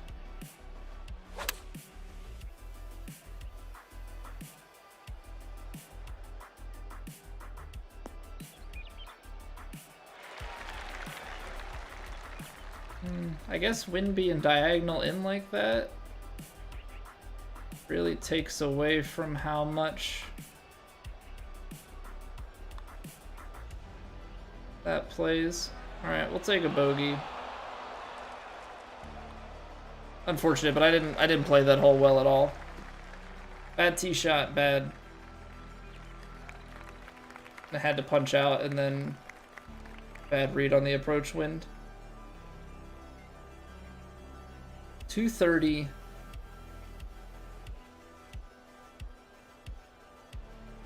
$241.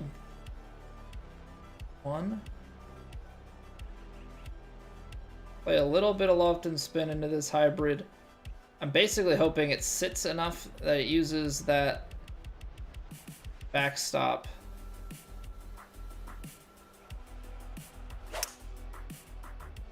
Pushed it. That's a much more aggressive and probably better line.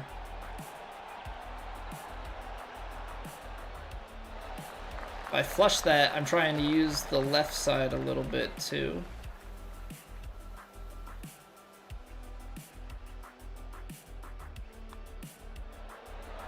Okay, good bird. Good bird. Yeah, we just haven't had this round quite go our way, and this is like the kind of thing that could potentially happen to us next week. Like, I feel like we've been playing really good golf, but I am a little bit nervous just about conditions start to get cranked a little bit. You know, we're off our mark a little, and all of a sudden things don't quite go the way we want. 179, 190. I mean, I think with the way that this wind, I pushed it. And so I figured we could flight it out about pin high, but I overcorrected my swing. Okay.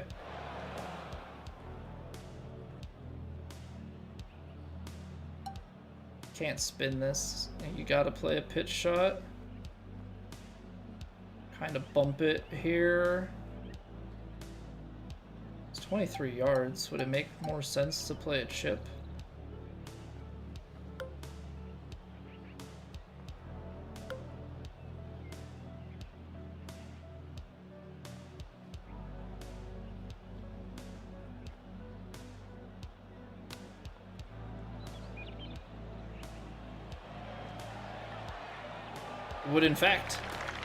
It would in fact be best to play a chip.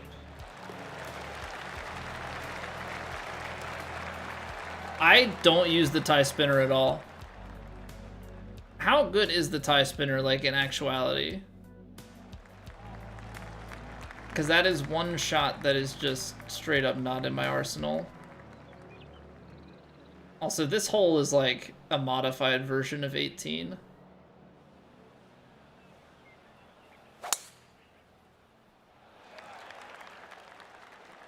A little bit wider, but very much so like an 8 and 18, like a 9 and 18 crossover.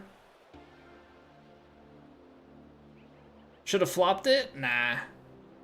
I don't flop unless I absolutely have to. If there's a way to bounce a shot or roll a shot, I'm taking that every single time.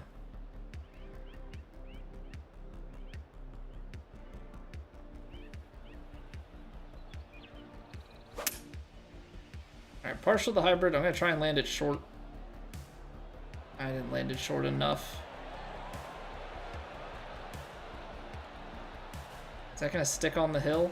Of course it is. Feeling the power on them. They're great on shorter chips that need to check. I just feel like if I'm in a I don't know. I don't feel like I'm in a situation where it's like short chips that need to check. Most times I feel like if I've screwed myself that much, I'm in like I need to super flop territory. That broke so much right at the start. Didn't ever have a chance. It was like right off of the putter face.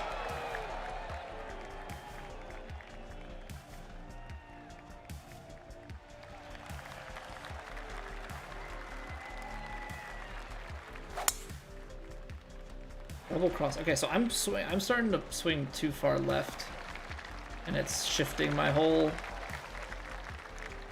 swing around. 29.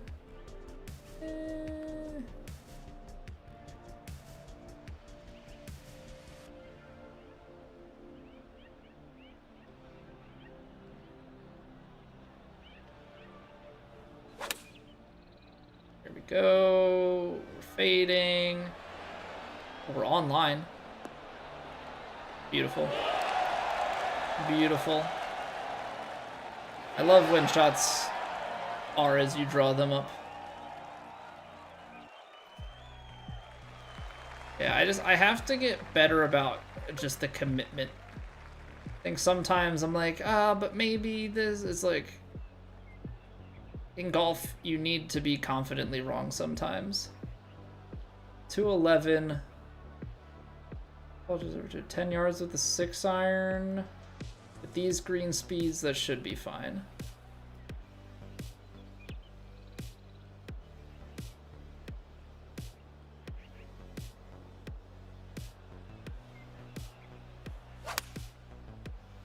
There's the strike. A little bit left of the hole. Work your way to the right. Come on, feed down. Keep going. In the hole. Good ball. No! I shouldn't have acted like you were a dog. That was rude of me.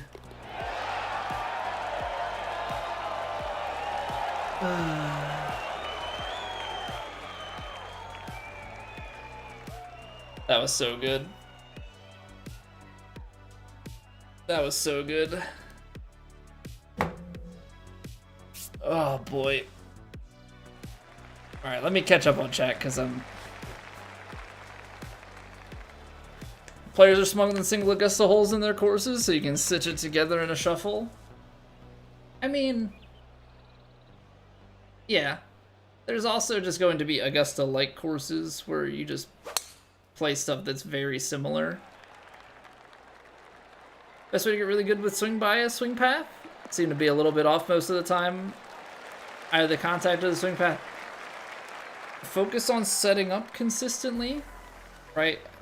Like your posture, your grip, and then focus on like the feel that gives you the reel. And like I would start with swing path and then move to contact. Like find the feel that generates the swing path you want and use relative. Like, okay, when I swung like that and it was, you know, I felt it on the left part of my thumb or whatever it is that works for you. I was to the right of this or to the left of it, and then like make adjustments, and you can do the same thing on your contact, and then it's just repetition at that point.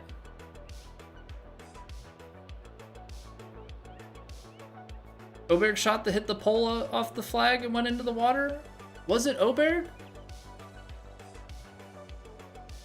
I did see that shot. Was it Oberg? Why did I think it was Hideki? I think I could be wrong, but yeah, I did see a shot go flying off on like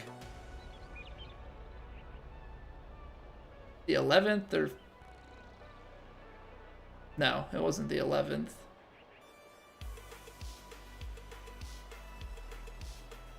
'13th or 15th.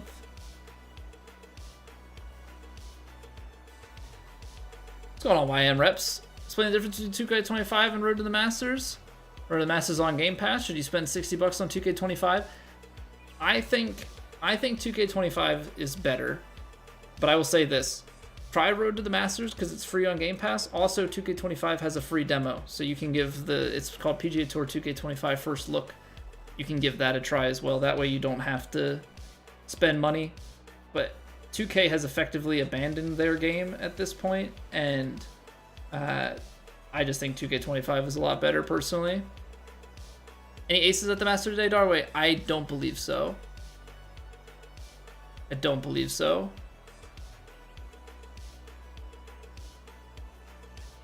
Alright, let me figure this out real quick. 164, 152. That's still long. That's 12 yards short. It's pin high, land short there. I want something like this. And then the downhill. We're almost down to that. But I think that's short still. I don't know. I like the 9-iron more here. Like the 9-iron more.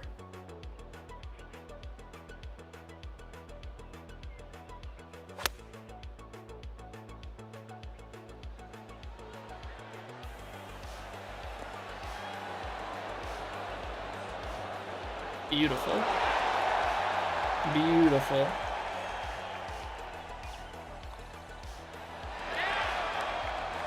You always root for the course at the Masters.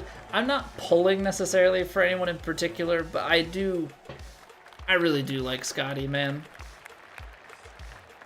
I really do like Scotty. But like, you know, we've talked about it before. With golf, I am more so, I like a lot of the players. There's a good number that I'm indifferent towards, but at the same time, the ones that I'm indifferent towards are more than likely underdogs. So I just don't really know them, and there are only a few guys that I don't really care for. So for me, I just want to see good golf, by and large. That's like my general feel. Yeah, the percentage stuff is pretty weird. Can't be missing open face, that's for certain.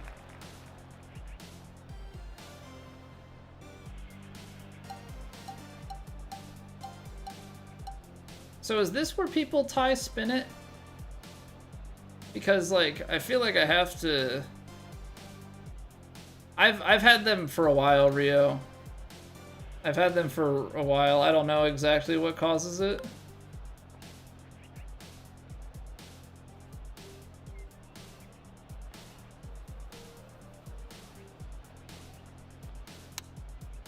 Yeah, I suck. Maybe if I learned to tie spin it, but that's like tie spinner down a hill, which still terrifies me.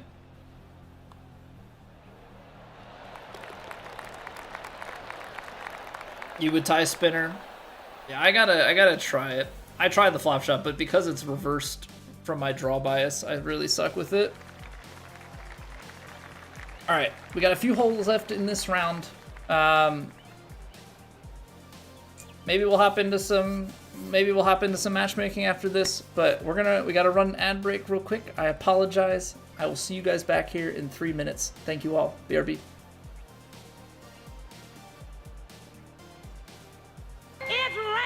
Ads.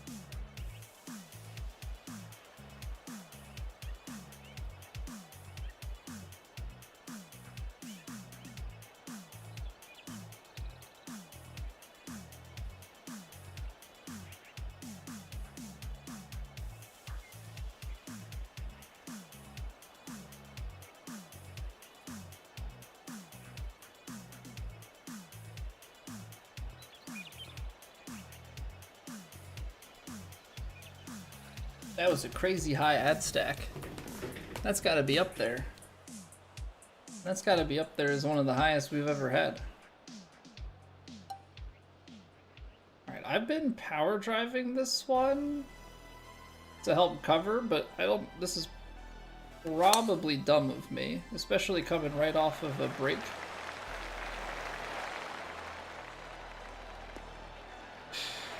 Well, that's a pretty lucky shot.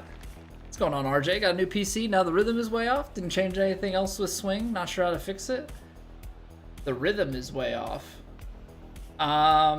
Okay, new PC question would be, are you playing on higher FPS?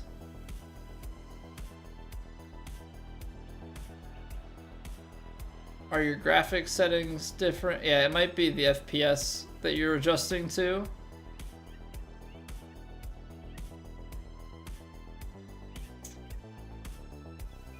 Yeah, I'm wondering if you were to switch it back to what you had it, like if you switched it just to 60,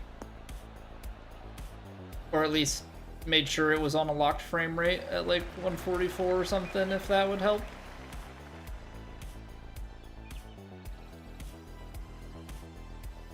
VSync, ew. Ew. No, just go into your graphics card settings and lock it.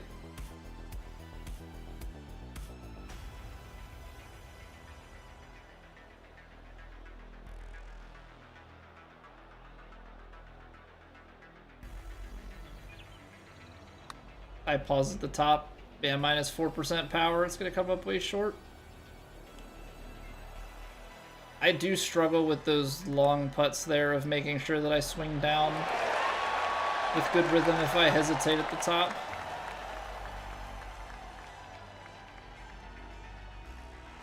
Yeah, if you're playing, especially if you're playing just like unlocked frames, at least with 2K23, 2K23 literally just tried to give you as many frames as it possibly could. Like, it was kind of absurd. And so I hate that fluctuation. It's probably not as bad in this game because you're not dealing with like the polling points and all of the stuff that you had to back then, but in 2K21, like, you would have like a slight frame drop and then your tempo would get all screwed up. And like locking it wasn't really ever all that simple. This is playing incredibly difficult. Holy cow. Down the hill, 205. Goes 197. And then I gotta play it below the feet, so it's feeding to the left, that's taking it to the left, and then we're gonna get a big kick. I'm playing it out here.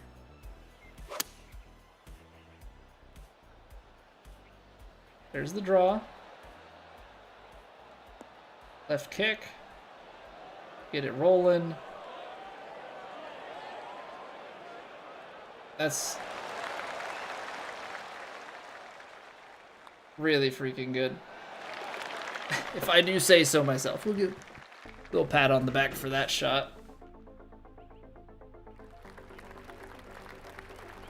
Yeah, we definitely didn't have as good of a round here.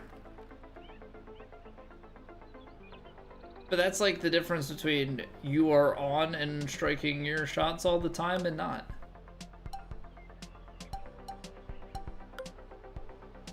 What is this? 138? I mean, I'm gonna call it 152. This is for science. We're gonna science this, okay? We are gonna play this a little bit left and long, like bounce this just past the flag and have, see if the back, well, I'm gonna double cross myself and none of that's gonna matter. I'm gonna see if the backstop would bring it back down.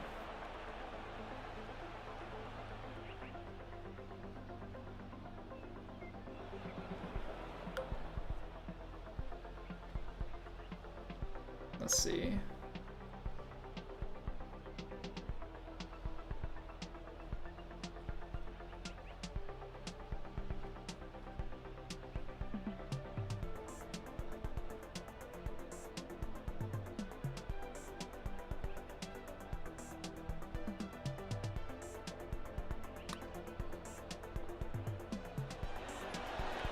What a putt. What a putt. Big one from the fringe. I guess that's technically from the fairway. You see me making all my incremental power adjustments?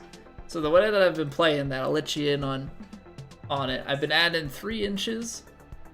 I've been adding 3 inches for uphill. Then on like anything above like 160 greens, I've been adding more. And then I add, basically for fringe, I add like the exact distance of the fringe's extra power. And that's been kind of my guide. There's no reason to go for this, but we're going to. I just hit a 102 perfect power drive, and we're gonna probably still end up in the bunker.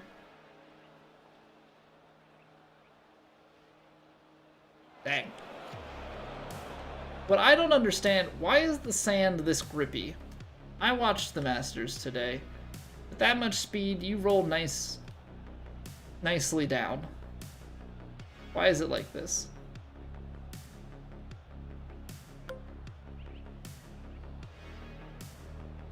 Explain. Because it's going to be a really clean lie. Just going to be super elevated.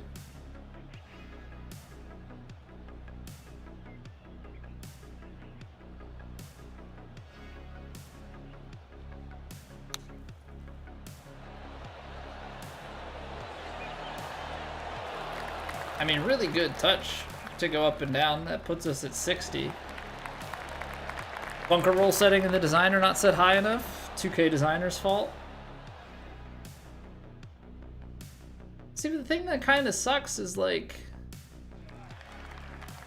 I don't know, that just doesn't make sense physics-wise to me. I don't care what you set it at, like, IRL, in what world does a ball roll from the top with gravity down there on a slope like that and the sand grip it?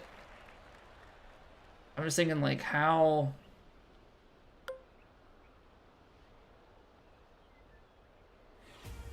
does that have to be in order for that to happen, you know?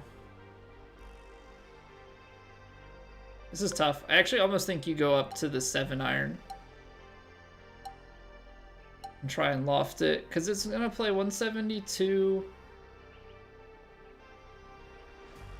maybe 174, 175. And then it's into a downslope, so you like have to play this.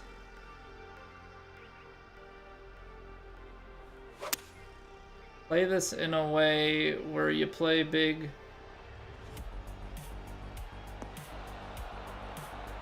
I don't know if maybe that's the lie at my feet doesn't play as much, but I don't know, if I take something else, I'm probably flirting with things in a way that I don't want to, so.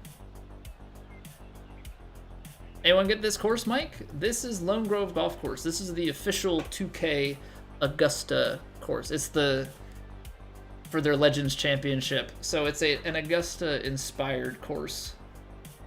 It's not actually Augusta, but there are some very good Augusta-like courses that have been made. And I think this is probably the best, like, or maybe not the best, but this is definitely one of the best, like, official 2K courses in my book.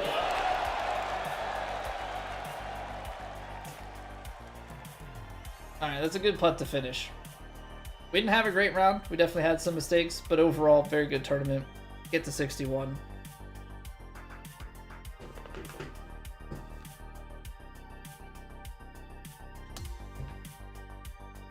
Yeah, that's not bad, considering we had like 2 putts early in the round. I think holes 1 and 2 were 2 makeable putts.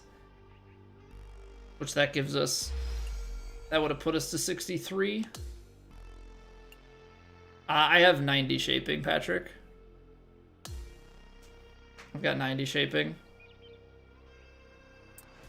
Mike, if you want to just play the course and not wait to get to it in career mode, if you go to quick play and you just go to the 2K official courses and look for Lone Grove, that'll probably be the easiest way.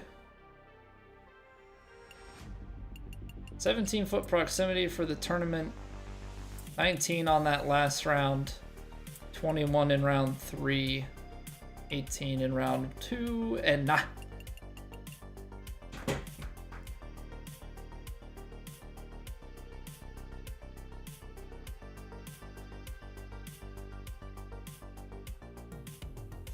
I mean, I knew we shot 19 under and played well. I didn't look at the stats.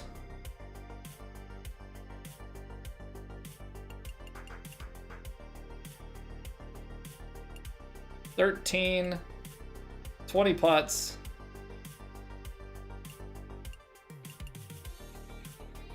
What's going on, Maximo? 20 putts, 9.7 foot proximity. 2 eagles, 15 birdies, and a par. I thought I was I impressed myself when we had like 11 point something foot proximity, 9.7 on a round. That's disgusting. That's actually disgusting.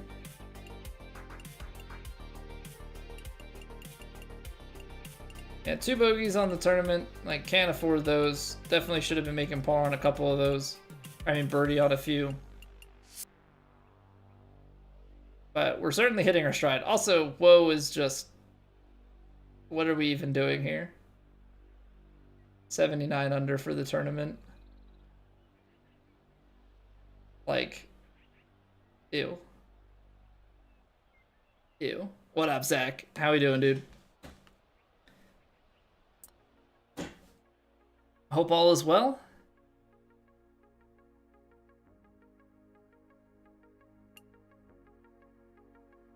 Yeah, we're definitely on a run here. We're at least in the daily master stuff. We're putting it to, or like in the master 2K ranked tour stuff. We're putting it together. He plays with balls, doesn't count. I was well using the consumable balls. I haven't touched any of those. And the proof is in the pudding. The proof is in the pudding. Is it? No, it's not in season. It's not.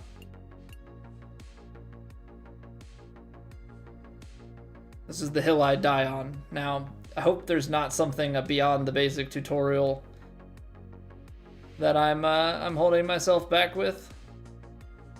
Should I apply one just for fun?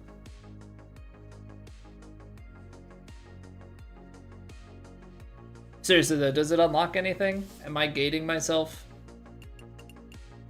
Am I gating myself from progression?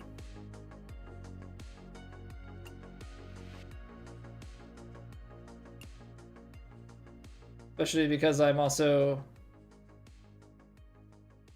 Each Evo Sapphire with an iron? I thought I did already. You finally got the gold club stash? Nice. I'm still not through a season. Hold on. I need to start upgrading my character, I think. They're still on Emerald? You absolute buffoon. I thought I evo'd this.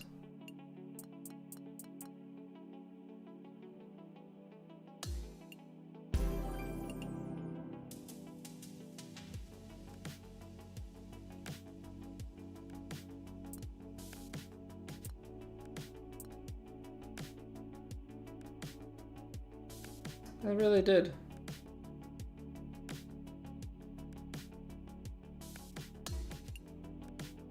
Alright, I'm lazy. I'm lazy.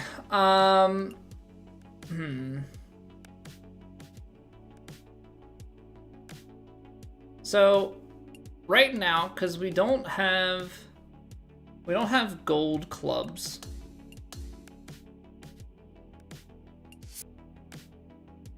For our wood,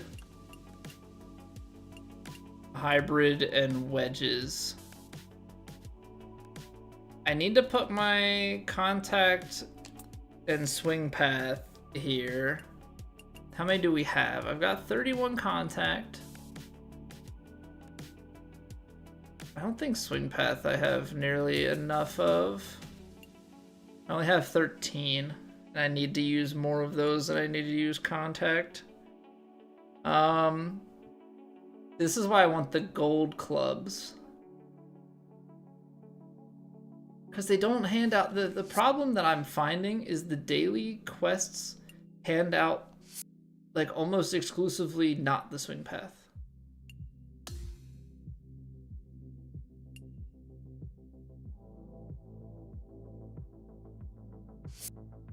Quest rewards. I mean, I guess I'll accept them. I don't know if there's my player XP in here. Probably club XP, right?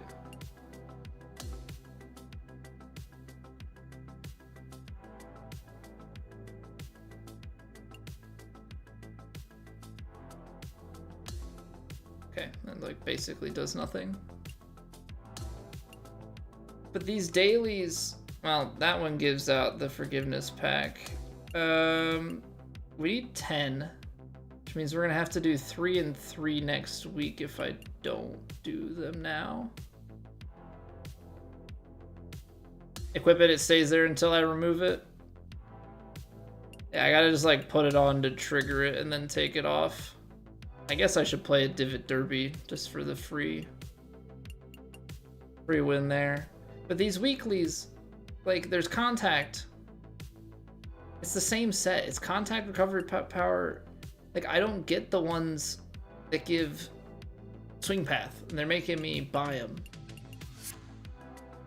Making me buy them from the shop, which is annoying.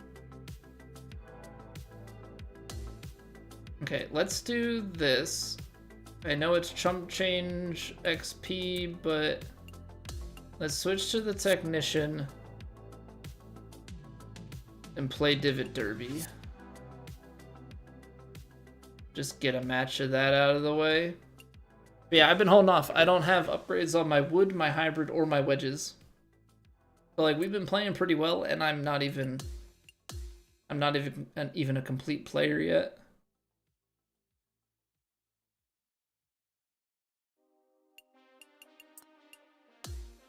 Also, I don't know.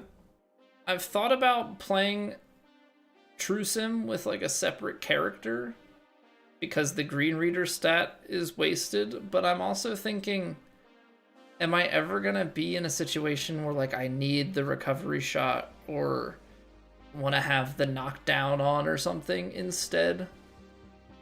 Like, I don't think I'm going to.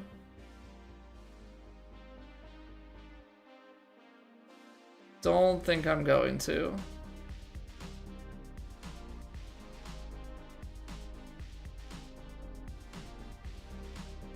Yeah, so we'll work on the technician a little bit, but I think I'm kind of locked into the sculptor. I think we hit our inputs enough that, like, I don't know, I would need a pretty compelling argument because I do miss the shaping. Shaping both ways is huge for me. Shaping both ways is huge for me, and you still have decent recovery. And, like, there's no way I'm putting shaping stats on my clubs because they hit too short.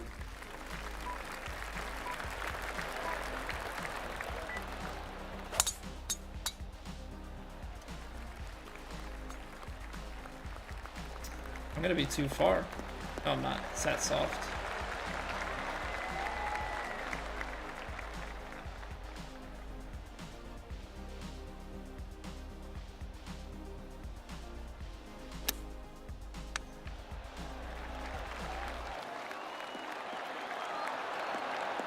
I'm trying to like not look at the green.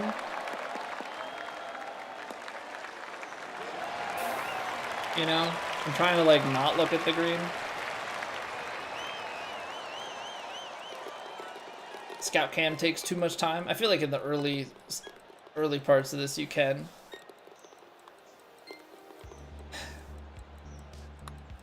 I don't know. How is everybody else feeling about partial shots in this game? Being able to adjust it with the marker, I feel like you only have to adjust your swing like every 5%. So you learn 100%, 95, 90, 85, 80, 75. Maybe even less than 5% increments. And you're pretty much like locked in.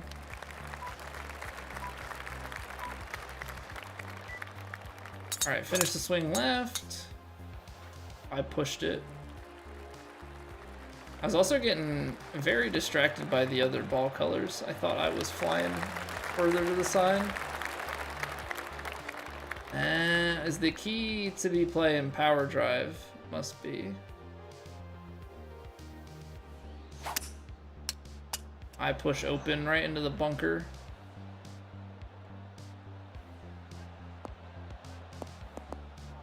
Should have laid it up shorter.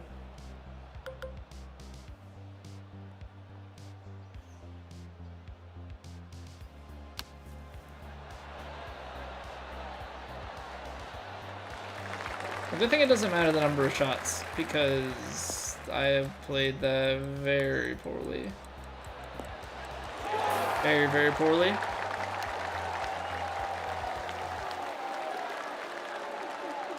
See, I don't know if it's just the competitive part of me. Like, I could just lose on the first one to get the Divot Derby participation, but I always play it out.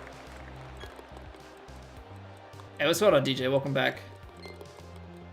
Struggling to find your shot until you stopped hitting partials? Using shaping instead of hitting partials allowed you to learn your consistent swing path in the beginning? Yeah, that's definitely not bad. Like, partials are something you want to have your confidence in. I mean, in the last game, I was always preaching. I was always preaching that, like, 100% shots. And I think that might still be the case for most, but partials are definitely way easier this game.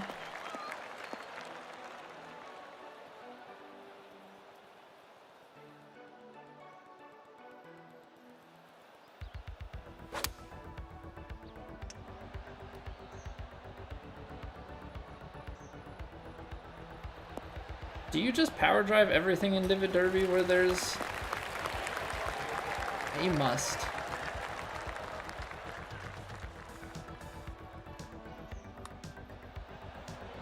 You must just power drive everything in Divot Derby.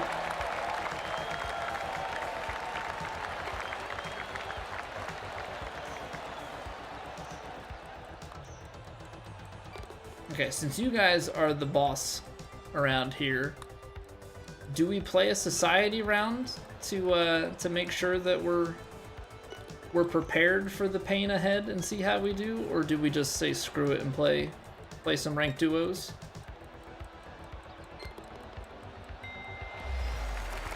How are we feeling about things?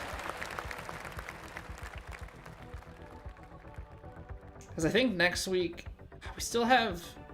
I think maybe we start dropping the ranked the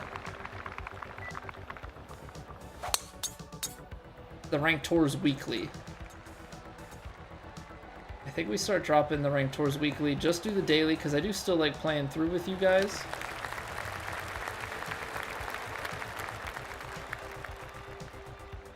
You know, maybe Lucas will start to show up on time again.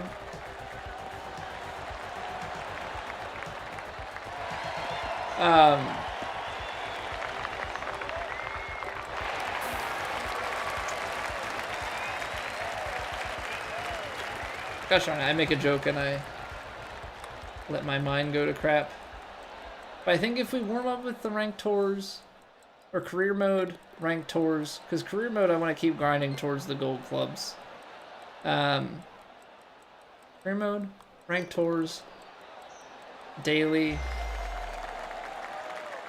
kind of want to play. I know they're not going to do True Sim next week, but I feel like I want to give True Sim a go, at least for a little bit.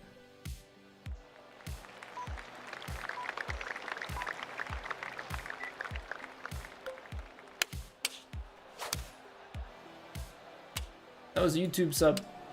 The best! Alright! Thank you for the YouTube sub.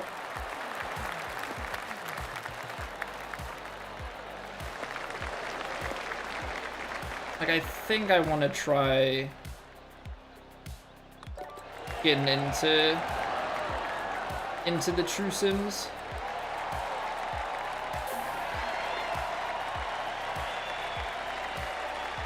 To see how we play in the game, but also just like what the general sentiment is. You know, because True Sim definitely has a following, but it's also oftentimes a lot slower content because of how much you have to look around things. But maybe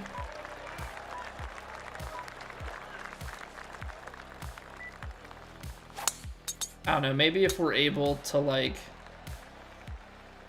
keep the pace of it up and try and be a little bit less serious with it. I don't know. My personality is gonna take over and we're gonna be full send. But it's a nice thought, we'll see. I shouldn't have partialed that. That came up so short.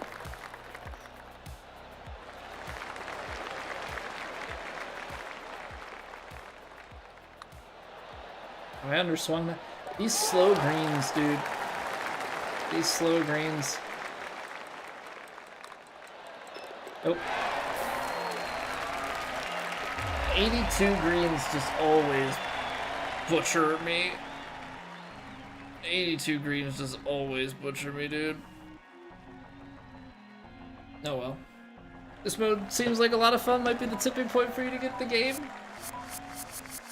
I mean, it's fun with friends. The problem for me is it's on Pro-Am, and a lot of times you've got a ton of bots in the lobby.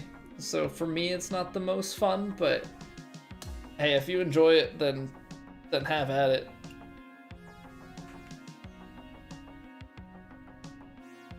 In 9-hole segments? That just feels a little odd to me.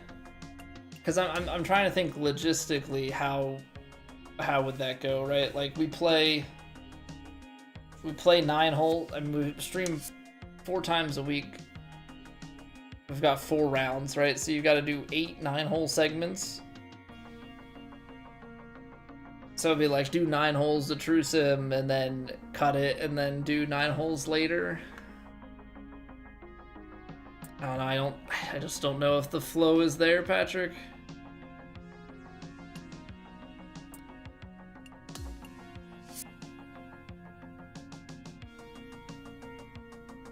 All right, I didn't get an answer on matchmaking, so I guess we're gonna play a society round.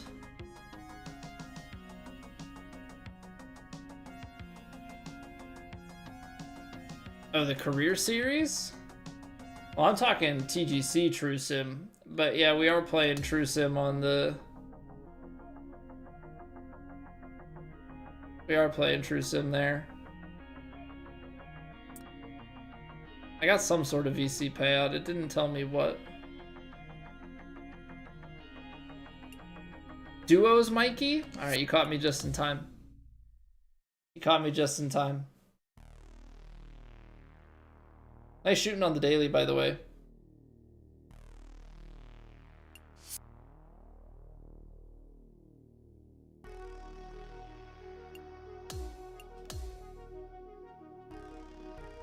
I shot 15. I managed to get 4 eagles, but I had like a bogey and like a botched hole or 2.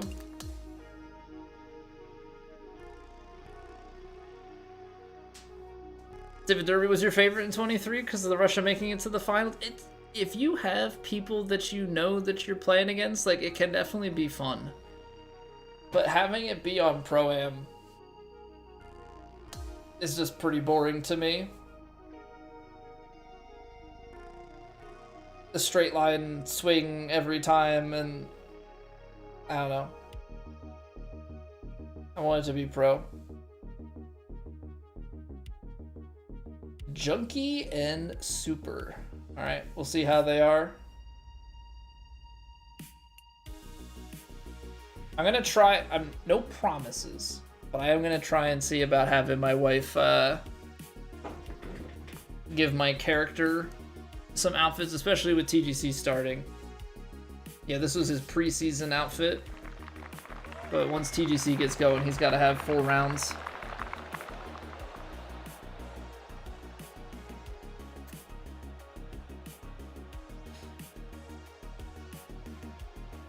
Alright, well, Mikey and I, in theory, should make a pretty killer team, but we'll see if playing on Divot Derby Pro-Am settings has screwed me up or not.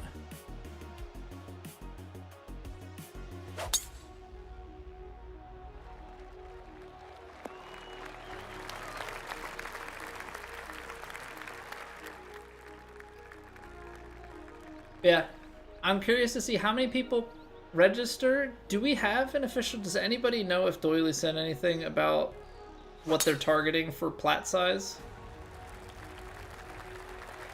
Like, are they going for no cut, small plat again, or are we going for big plat with a cut, small plat with a cut?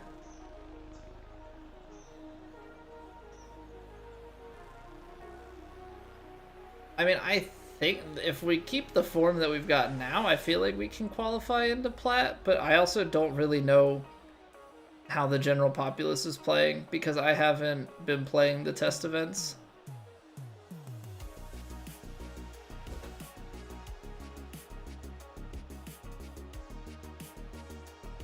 I would think if I play on my, like, low end of good, will be an elite. If I play really well, I think we can sneak into plat. Oh, this is that hole that we got the hole out on when we were playing career mode a long time ago.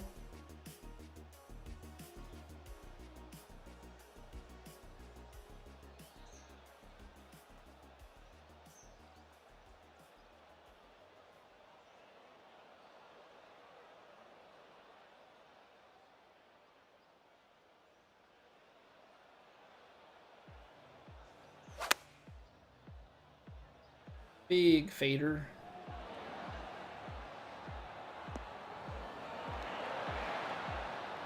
It's tough with the way that kicks.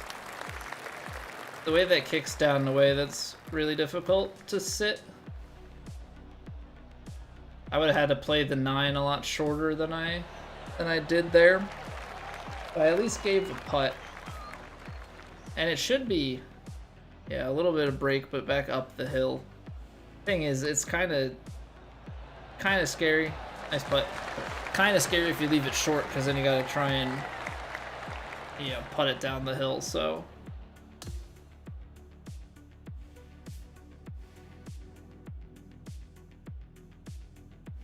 yeah, I mean, I think the cut's good too. I mean, the cut for me is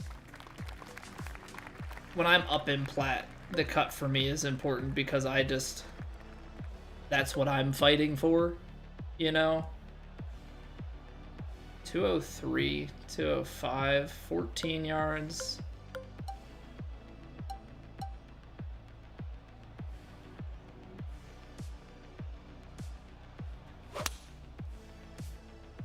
I don't know. This might still bounce and roll through. Yeah, I thought about partialing it or hitting it a little bit shorter. It's always a tough one.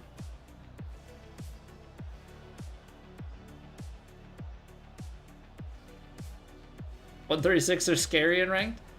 I think 82. Because what is it? The U.S. Open course is on 82. Can't remember if there's another one. But like those really slow green speeds catch me out. They're gonna kick right? Or is that straight kick? Ooh, they get to stay up in the heavy rough, but that's a tough one. Like, just get it onto the green. Yeah. You almost have to bounce that in like a one hop in the rough.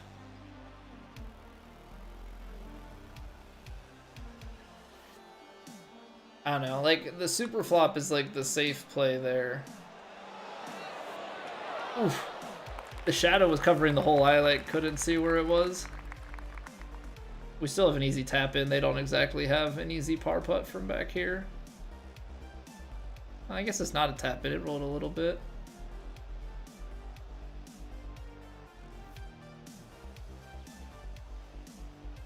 It's okay, Mikey. You're not fired yet.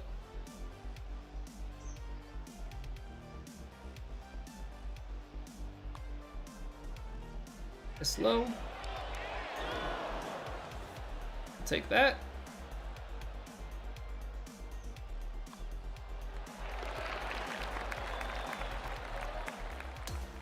Easy money.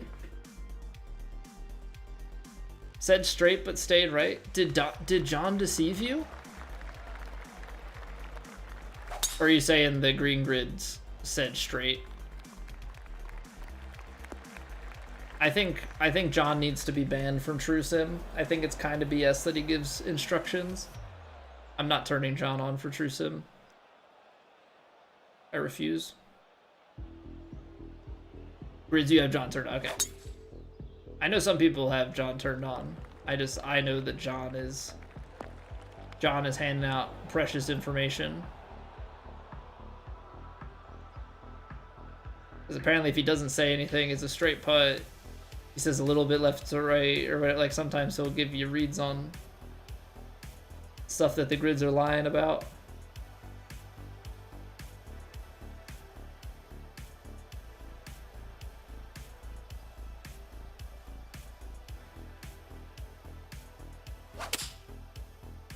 So how are you feeling about the qualifier, Mikey? Are you gonna practice? People are trying to convince me to practice, but that's like so against what I believe.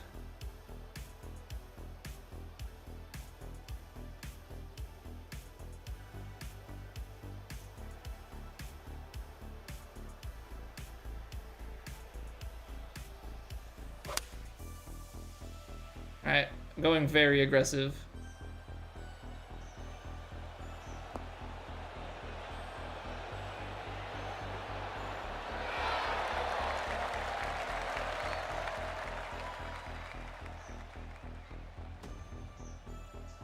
You're not gonna practice? You're nervous though? Yeah, I think my nerves mostly come from, like, I feel pretty good about the way I'm playing. But I don't really know how everybody else is playing, because I haven't been playing in the test events. What up, Quicklin? Welcome back. Allen Iverson philosophy about practice? Well, yeah. That's kind of where I'm at. It's kind of where I'm at. Like, 102 power drive.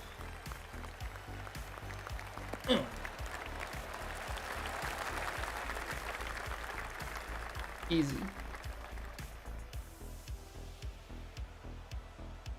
That actually gives it a chance to be on the green end too. Depending on the whole location, we probably can't get it close, but on and two really put the pressure on, because they at least found the fairway, but they're not getting on into 324. Playing 333.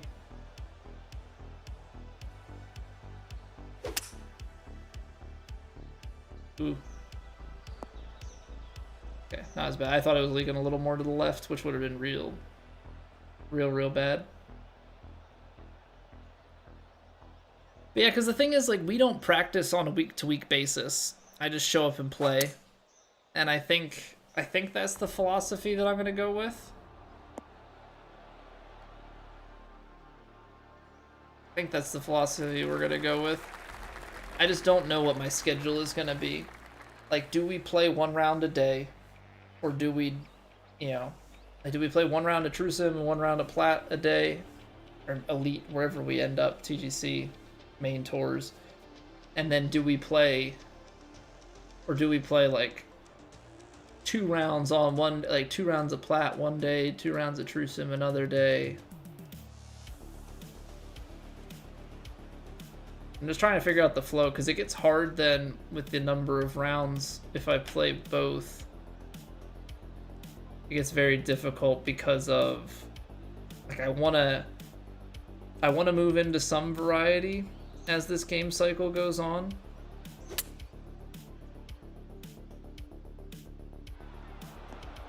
But I still want to get the golf rounds in. Like, right now, we're still doing career mode. We'll eventually drop that. But I don't know that we're going to...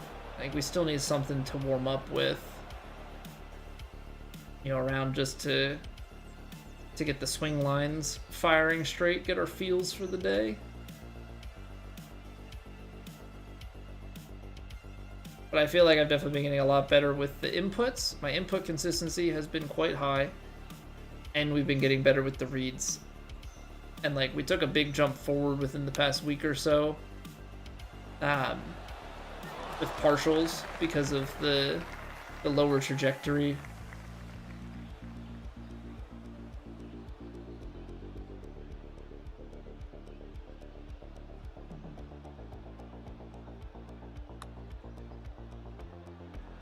I took a little bit faster because I realized we're up by a bunch. They should have just conceded the hole, but...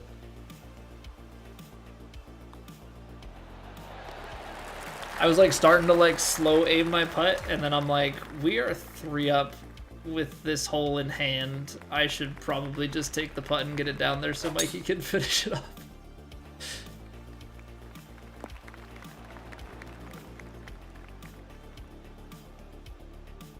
No, it doesn't affect the stats, and they can play together. They don't have any sort of separate league. All the stats work the same. They just have like a slightly different swing animation is all. But it doesn't... It's just the animation. I don't know if the timing is different on the swing, but as far as like stats, it's nothing. Nothing changes.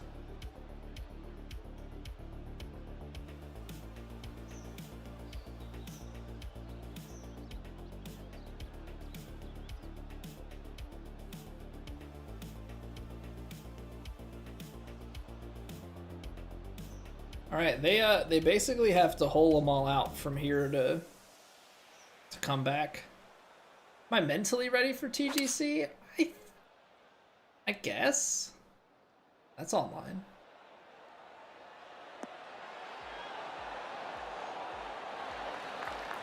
Pretty good. That's pretty good. 117 yards uphill. 2.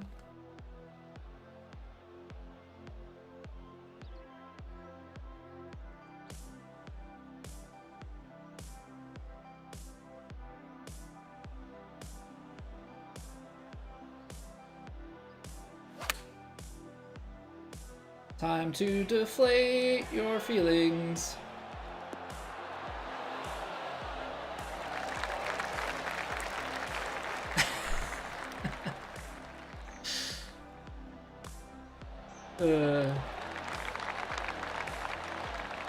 I honestly kind of thought we were going to hold that one.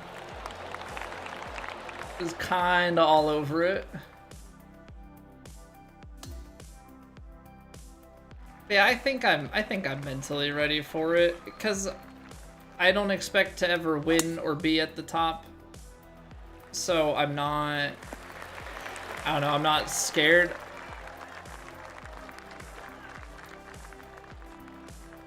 The one hopping in, I thought so too. It was definitely tracking.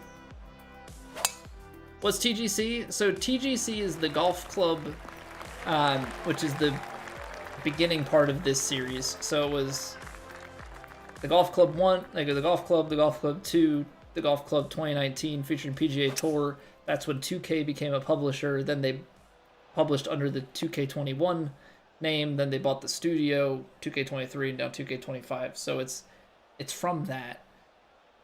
TGC Tours is a cross-platform, third-party, like, basically online career mode, if you want to call it that. There are weekly tournaments you play in tours. You can move up and down through tours based on how you play. There's a world ranking system. It's awesome. There are thousands of people that play in it over the course of a game cycle. Hundreds to, well, there's I think at least 1,000 people that play every week. It is, for many of us that that you see on like Twitch and YouTube and stuff, it is the lifeblood. I want to make this one. Screw you guys. Sorry, that was harsh. That was harsh. I still sped up my putting time at the end there because I knew that they we were gonna win. Sorry, I tried to concede it. I'll concede this one. Oh, we're outside. Okay, never mind. I thought. GG's, Mikey. So that's like the lifeblood for a lot of us, Spencer. We play in it, and in this game now there are cross-platform societies, so it's even simpler to track and kind of know where you stand in the game instead of it just being on the website.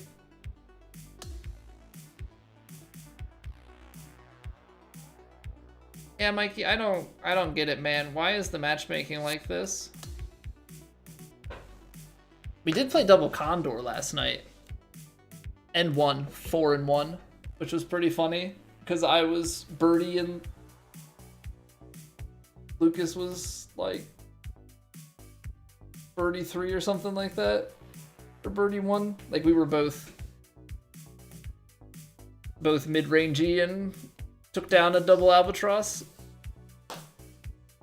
But yeah, TGC starts next week. We're gonna get after it. We'll probably do one round at a time next week just to ease in for the qualifier and kind of bait things out. What's going on, Voverick? All right, okay, Vovakriv base. That's how you say it, I think. What's going on? There's a LAN esports golf competition with prize money. I think that's the only way that you could truly do like fair competition in this, because if you start putting out prize money online, you're just gonna bring all the cheats in. You're gonna bring all the cheats in unless they, like 2K themselves manages it and has a really good system of tracking it, which I don't fully trust. So, and 2K hasn't historically run it, so I don't think we're ever gonna get it. I don't think we're ever gonna get it.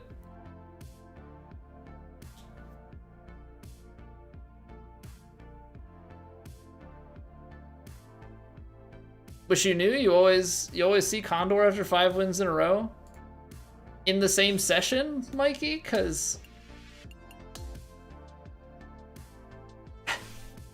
hold on.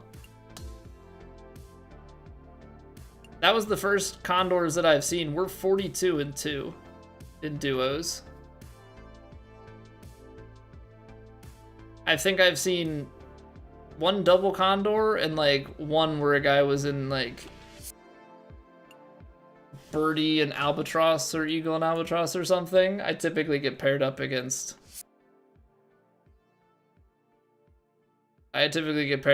crap. Most times my first matches of the night, because I only play like a couple. They're normally against bogey or par players.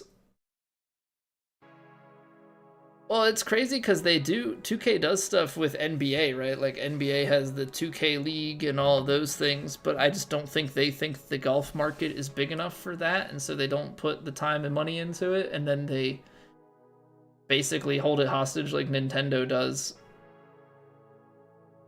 2K will essentially, if you want to try and run your own competition with the game, they're gonna just extort you for more money than you're gonna recoup, which effectively makes it not worth it to anybody.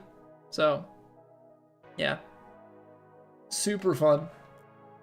Super, super fun. I appreciate the thought, Kane. I am definitely not. But I appreciate that you think that.